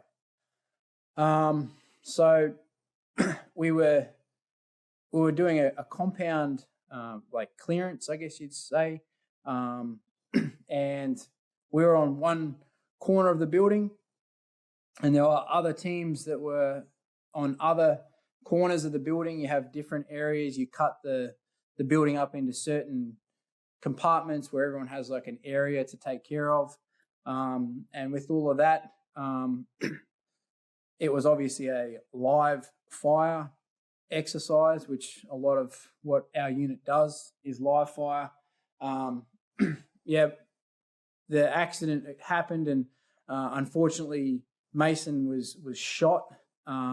He was positioned behind some plywood, and rounds that were from another team obviously went through that plywood, and he was unfortunately behind that plywood.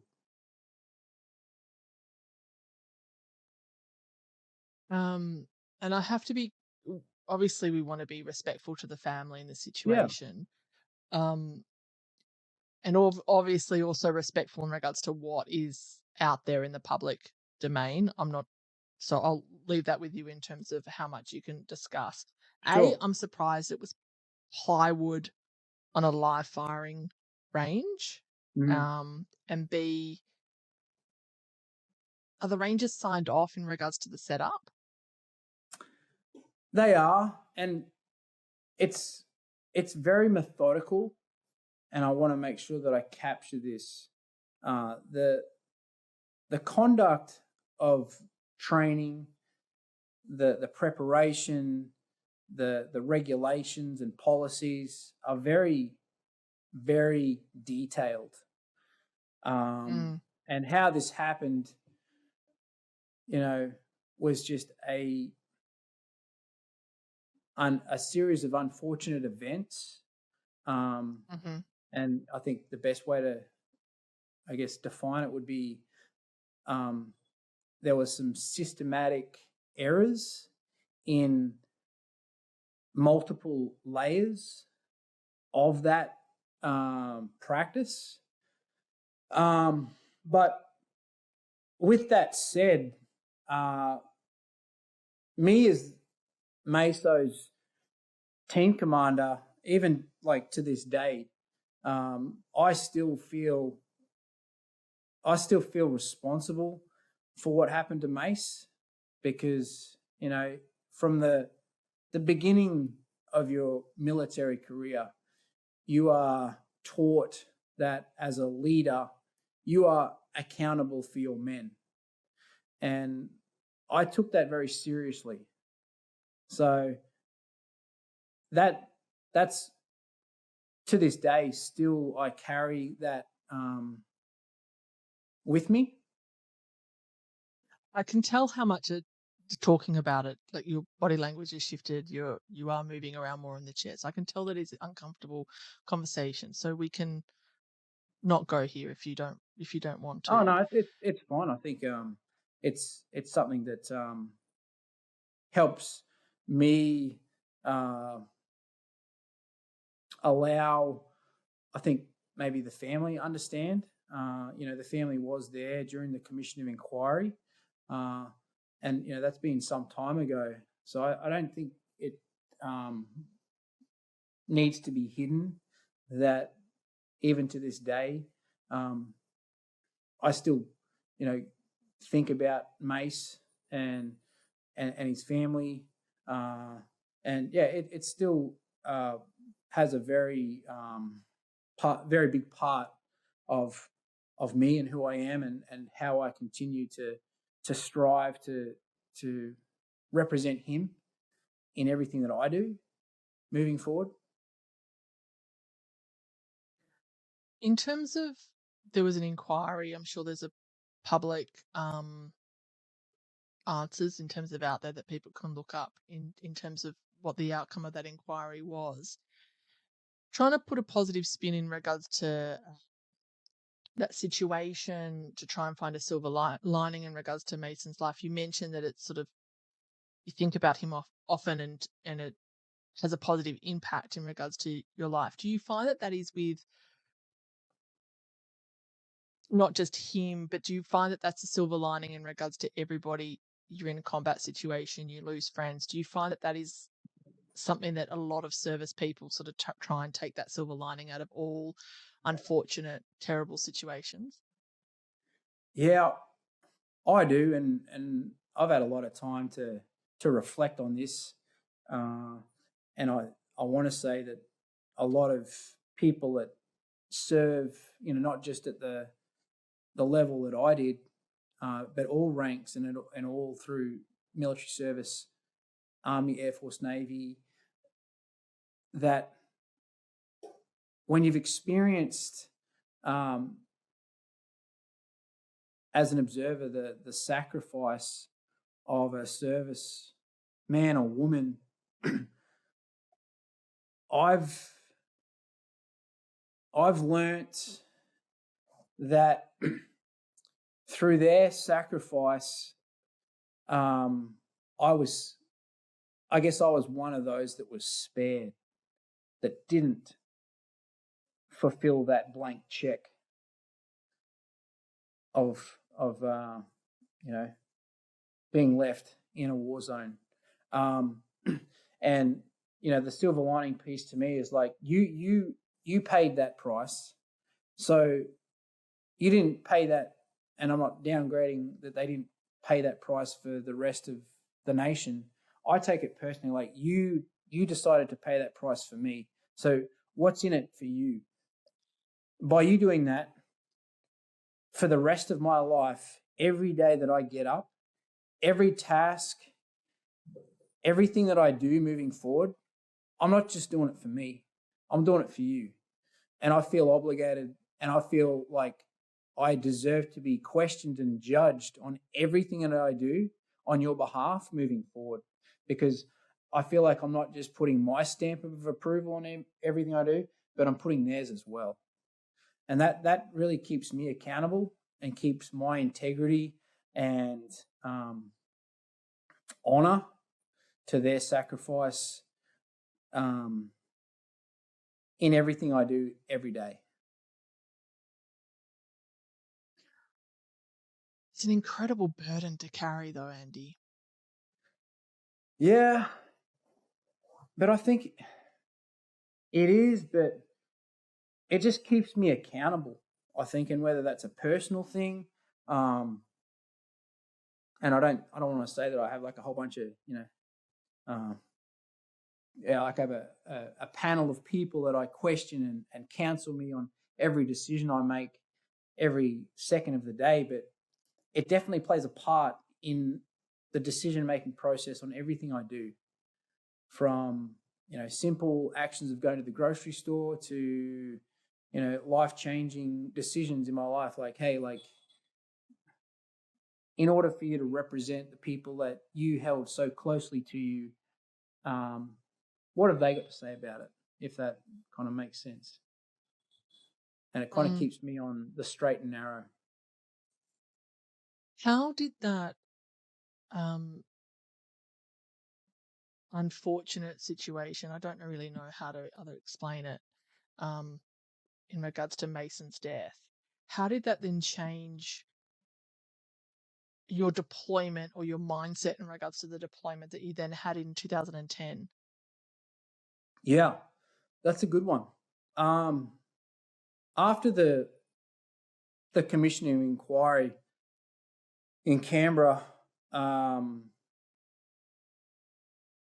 I went back to the unit, and unlike some of the comments that we made, I did organize like a meeting with the team that were involved, and I just said, hey, look, just uncuffed, unedited, straight out, no reservations.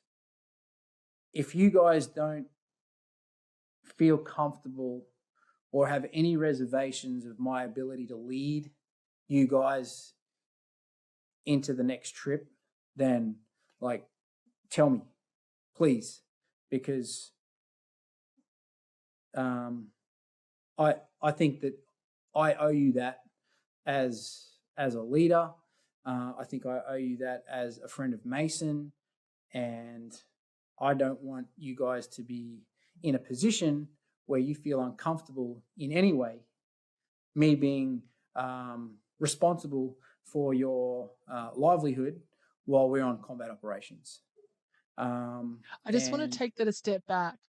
I just want to take that a step back. You said that, contrary to what comments were made. So let's go on to that, because you have to understand I'm completely ignorant in regards to the findings of the public inquiry and also comments made within the community. So the public finding was what in regards to the inquiry?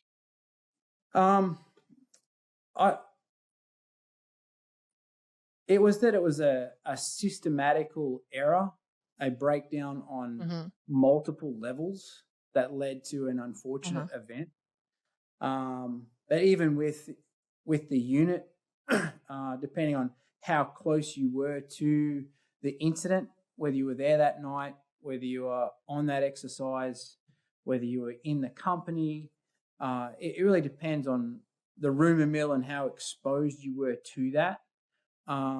So there was a lot of rumour and predictions that played into it amongst the ranks at all levels. And, I heard, things that weren't so good, things that, completely excused me from, hey, like, Andrew had no part in this. That wasn't part of his responsibility. His job was to do this. There was another position or title or appointment that was in charge of that component. And with all of that washing around, I just wanted to make it completely clear to the lads that I was with that, hey, with all that has been said, you're the author of your own destiny. If you have any reservations or have any confidence in any of the things that you've heard, you guys were there that night. Like, you guys were in the stack. You see firsthand what happened. I'm giving you the opportunity to make a decision for yourself on your pathway forward. And I just wanted to address that to them, in an environment where they felt comfortable and not pressured or,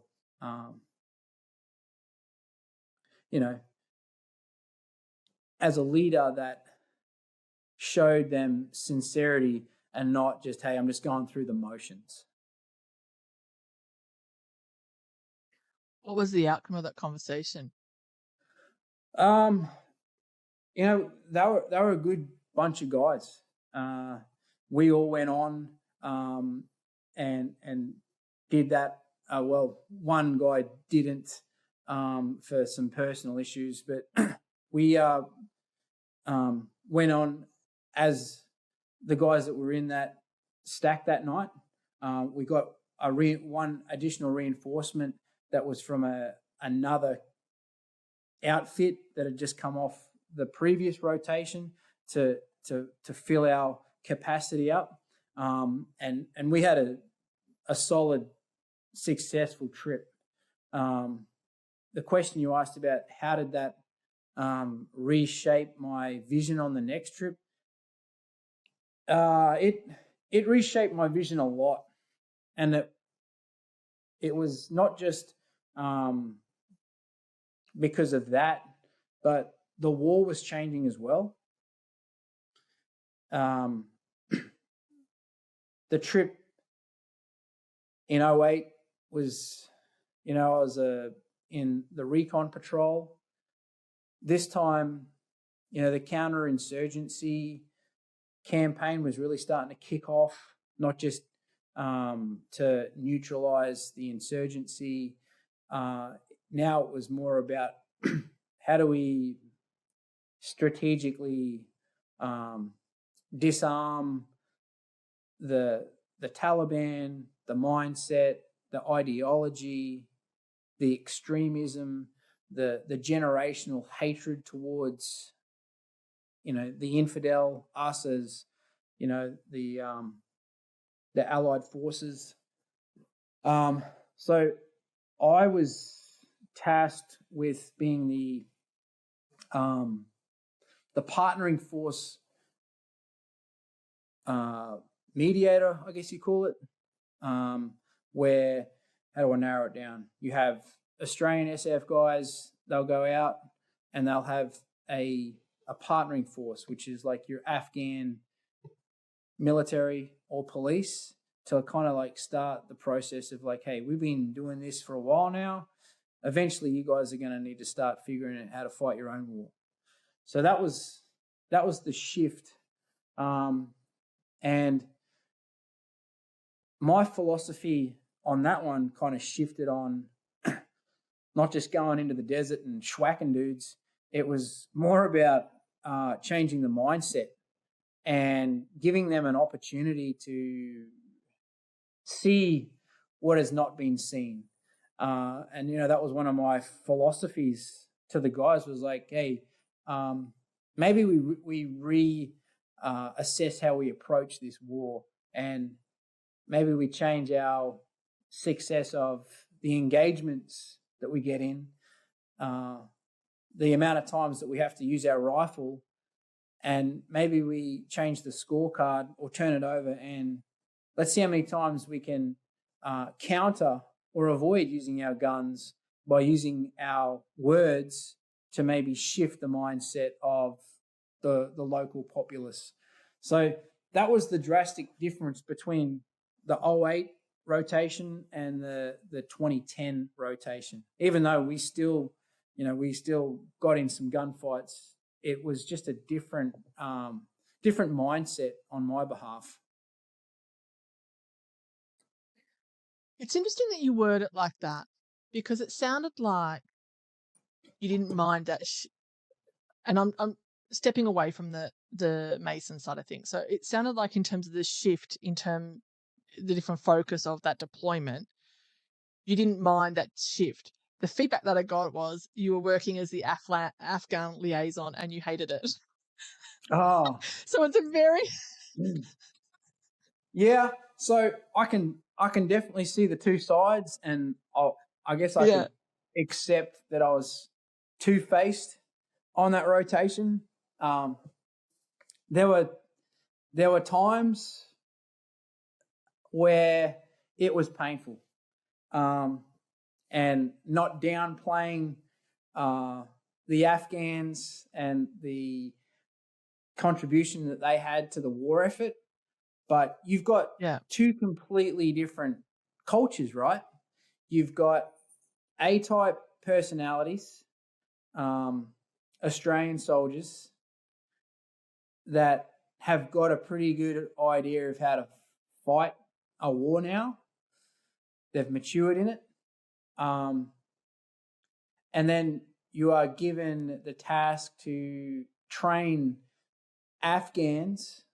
And when I say Afghans, any male that's from the age of, probably being generous, 18 through to, probably their mid-50s, which have been brought up in a culture where they're like, hey, we've been fighting wars since, the beginning of time.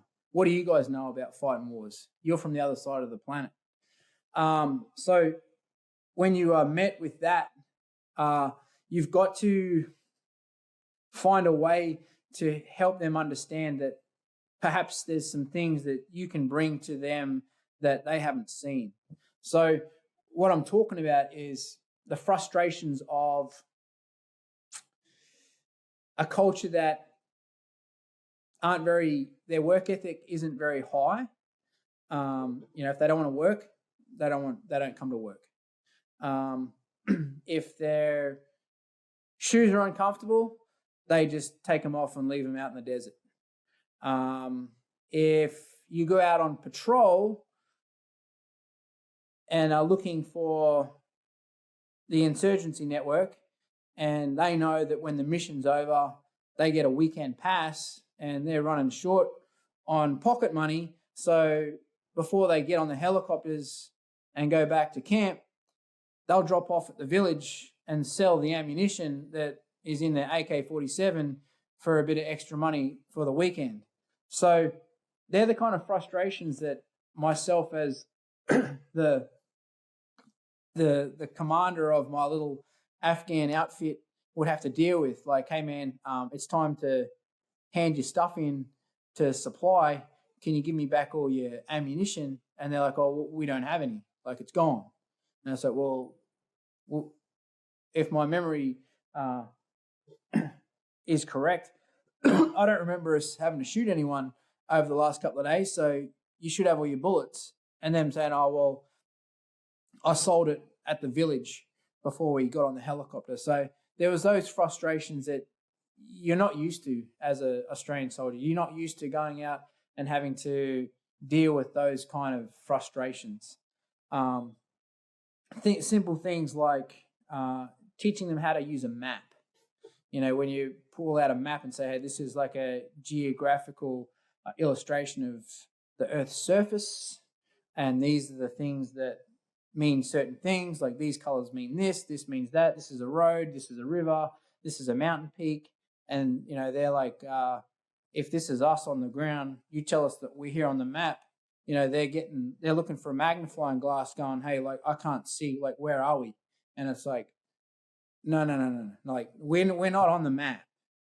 This is just a reference of where we are on the earth. So there was those little frustrations that would really not they wouldn't intentionally press you buttons, but it's just the nature of the beast. So there was those frustrations. Equipment, they don't really understand that you need batteries for certain items, and when they don't work, they tell you that there's something wrong with it, and it's like, no, it just doesn't have batteries. And just those kind of things made it challenging.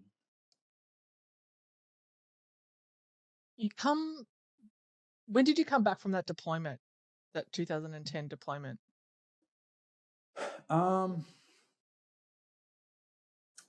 That would have been at the end of 2010. So maybe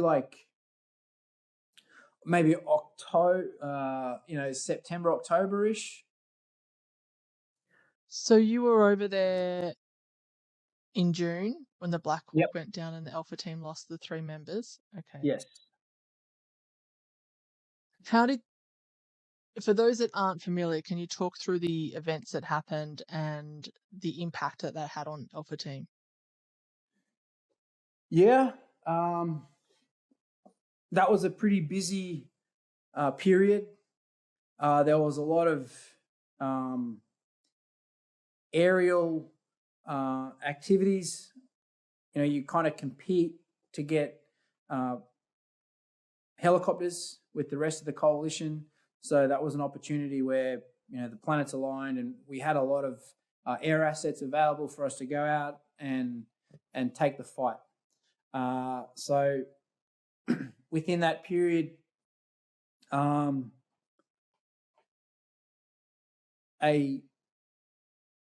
just again another unfortunate event where it was just a lack of altitude awareness on the pilot's behalf. The ground was rising towards the tip of a feature, and they weren't adjusting their altitude adequately, and they just hit the desert floor, which, Black Hawks aren't too good with taking the brunt of a fully laden helicopter on the desert surface. So, we lost 3 guys with that one, Scotty, Chuck, and Timmy, which was a bit of a sting. Those guys I'd spent a lot of time with, and there was a fair few casualties with that one too. I know some of the American crew perished in that one as well. So that was another lung buster on that trip. That it had a pretty big effect on the guys that were on that deployment.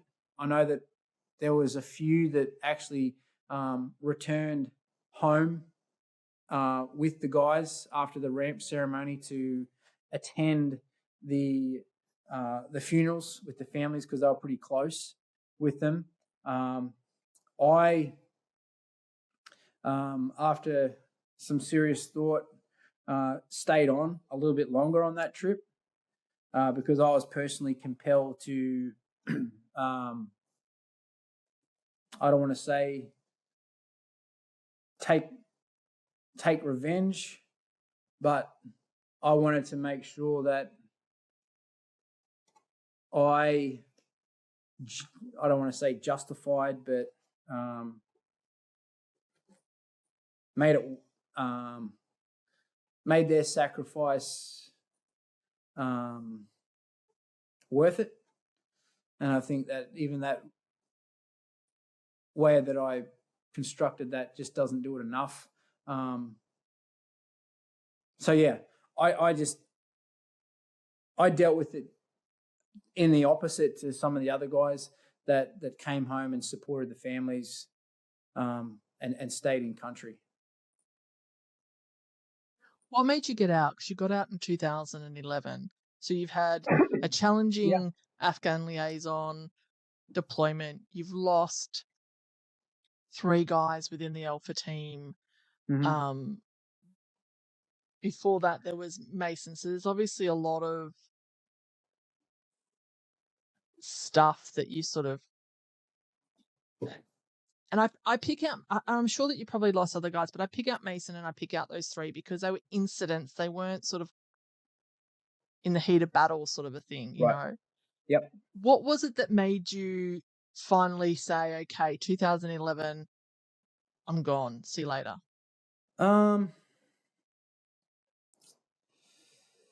So that trip, we had that helicopter tragedy, the FE that remained, we kind of pushed on, and there was there's a pretty big write up on it. The unit got a unit citation for it. It was called the Shawali Kot Offensive in June. That was pretty busy. There was some decent little conflicts in that. There were some other little conflicts up in a province called Gizab that myself and a couple of other guys went up and pretty much led just a Afghan militia, and it was definitely supported by the Allies with aerial support, and there was enough guys on the ground for us to sustain ourselves. But it was more us allowing the Afghans to show their patriotism to defend their own little part of the world. And there was some decent little shootouts in that. And at the conclusion of that rotation, it was like a series of, I guess, thoughts on my behalf. One was like, and this is just Andy's thoughts. I felt like, God was telling me, Andrew, you've kind of stamped your time card pretty close to the end. You've not just felt it. I've, sent people through rubbing shoulders, through ways that only I can show you that your time's nearly up, kind of thing. So with that, I kind of felt like, it's only a matter of time that it's going to be my time. I got back to Australia. With that, I was still pretty keen to give another rotation a crack in the position that I was in. But I think the conversations were getting a little bit closer to home about progressing even further within the rank system. And the progression within the rank system for me was to serve in a training capacity. Going back to the training center and taking more of a role as a instructor. So training up the special forces selections, all of the specialty courses, to that kind of capacity.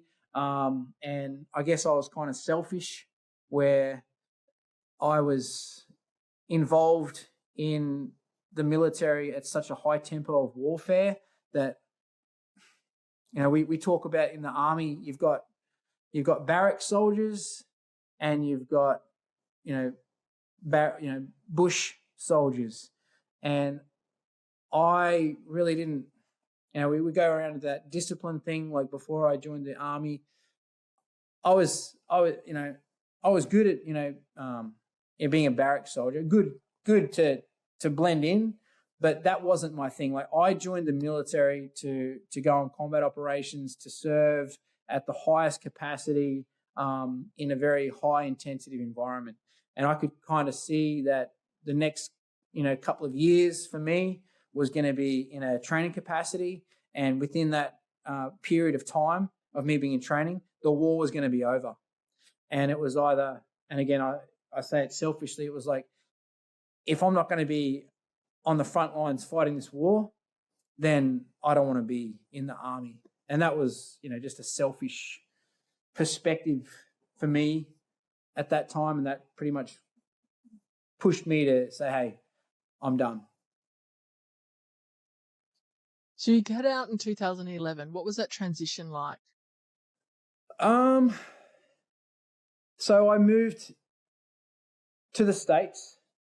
Why? Late 2011. The transition, I was kind of so busy with the transition from not just moving from Australia to the US, but, identifying myself as someone that's not in the military. And the fix for that was become a contractor. So I got a job working for the Australian Embassy in Kabul. So it was kind of like I was still in the military, but I wasn't. And the reason why I say that is because you're kind of doing similar roles. You're doing like the PTSD, you're doing the dignitary protection, just, not really in multicams. You're doing it in plain clothes. You're dealing with the same people. A lot of the people that I worked with were ex-unit guys, so you still had that unit identity, and you were still in Afghanistan. Like you were still doing the job. You were still, potentially going out, and that's not your role anymore. You're not going to chase bad guys, but you're protecting, key officials from bad guys. So you still had that gunfighting presence, I guess. So it was a bit of a more lenient blow than just becoming a civvy completely. So that wasn't too bad of a transition for me.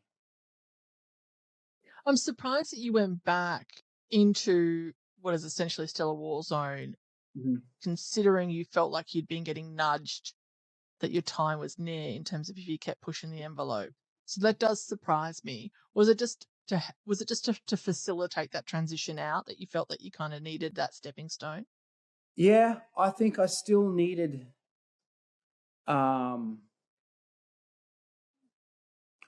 to be part of the war effort, I guess. And that was my opportunity to be still part of the war effort without the clutter of the military and promotion and progression through the rank system.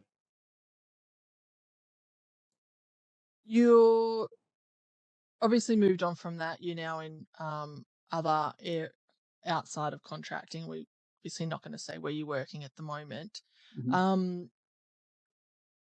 Now you've got your career in a bit of a rear vision mirror. You've got some more time, decade plus. Looking back on it, how do you reflect on your career? Is there any particular part that you're most proud of?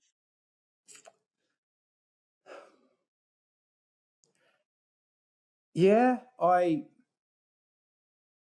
I'm proud that I reached the level that I did pretty quickly at a young age. Like I was a lot more junior to a lot of my peer group and the rank positions that I held.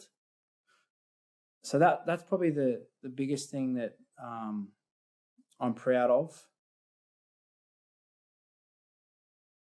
How did the withdrawal from Afghanistan affect you?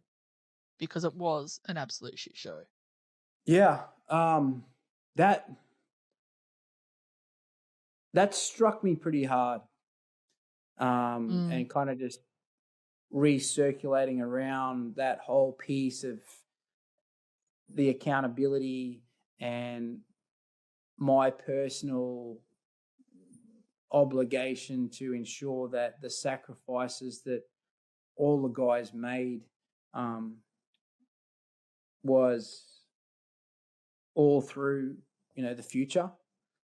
And that to me was like a huge kick in the teeth, not just for me, but I felt like it was for them as well, because it was like we did so much good work that a lot of the world, not just Australia, but the rest of, the world didn't see.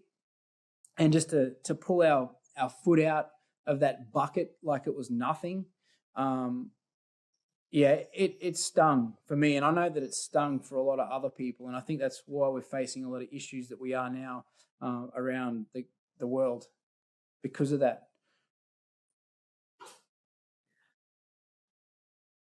What's the one thing that you want your family to know that they don't know about your service? That you said to me at the start, this is going to give them an opportunity to understand from a legacy point of view and from your story point of view, to gain an insight in regards to your career that you were never able or never wanting to give them. Oh, man, you caught me blindsided. I can't remember. I just come up with it on the fly, Andy. I don't know these questions before I ask them. Poor blindsided.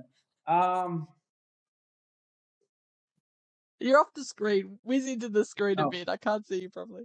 I think, kind of shooting from the hip.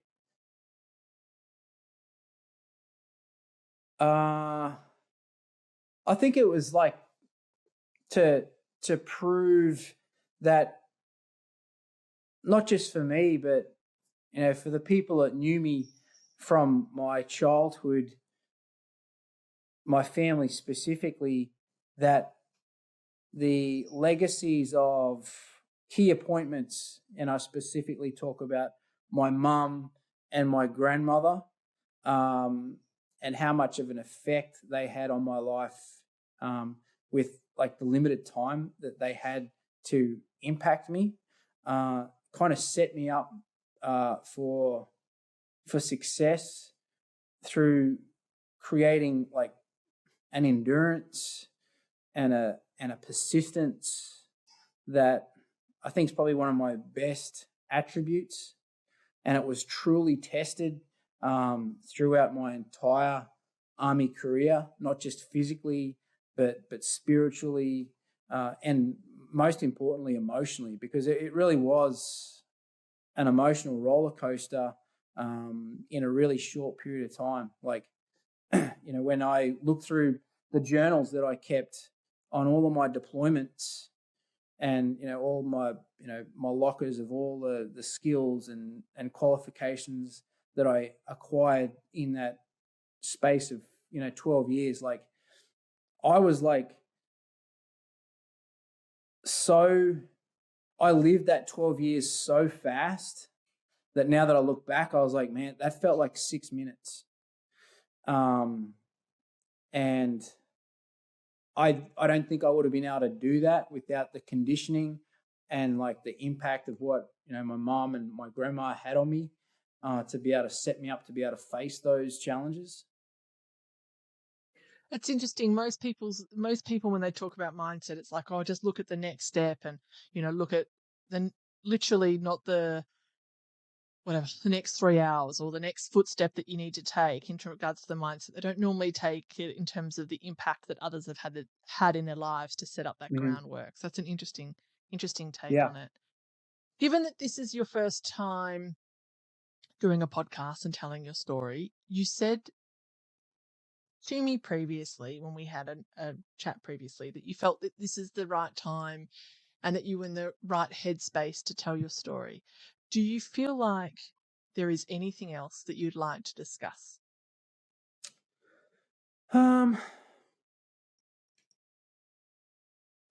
Not right now. Like, as I said, there's things that come to me as I reflect in my own quiet time, I'm all about, having time to just sit and look back on things that I tucked away because I wasn't ready to deal with them or cope with them yet. So probably more to follow on being able to answer that, which I'm sure there is, but maybe partially answering that question.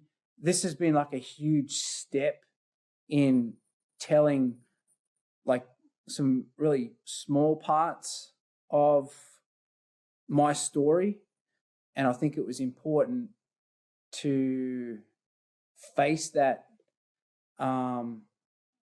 because I spoke to you about one thing that I've learned through looking through the history books and through other service women and maybe not just service women, other iconic figures in history, whether it be military, inventors, explorers, whatever the case may be, if they don't take a step back and acknowledge maybe they did something that is important enough to share with other people to improve their walk in life, it kind of gets wasted. And I think that I've reached that point where I've separated myself from my military career to be able to share in some of the things that I experienced that I hope, whether it be people, military, law enforcement, first responders, you name it, can be like, hey, like there's some answers that I was kind of needing to hear from somebody that has walked that path. And the importance of getting professional assistance in terms of mental health if you're needing it. Absolutely. Yeah, for sure. Andy, it's been an absolute pleasure in speaking with you. I'm looking forward to you coming back and reflecting on some more of the stories that you want to tell. We can definitely have you back. We're about 3 hours in on the podcast at the moment. So, and I hear that a book may be in the works. So I'm going to continue to pester you about doing a book. Yeah. There's plenty of pages just over on that shelf over there that, I spent a lot of time writing. So I better put them into something decent. No worries. And I can hear your cat very persistently trying to get your attention throughout the podcast as well. So I'll let you go and deal with her. Andy, thank you so much for coming on the podcast. It's been a pleasure. Good on you, Fiona. The One Moment Please podcast. Yeah.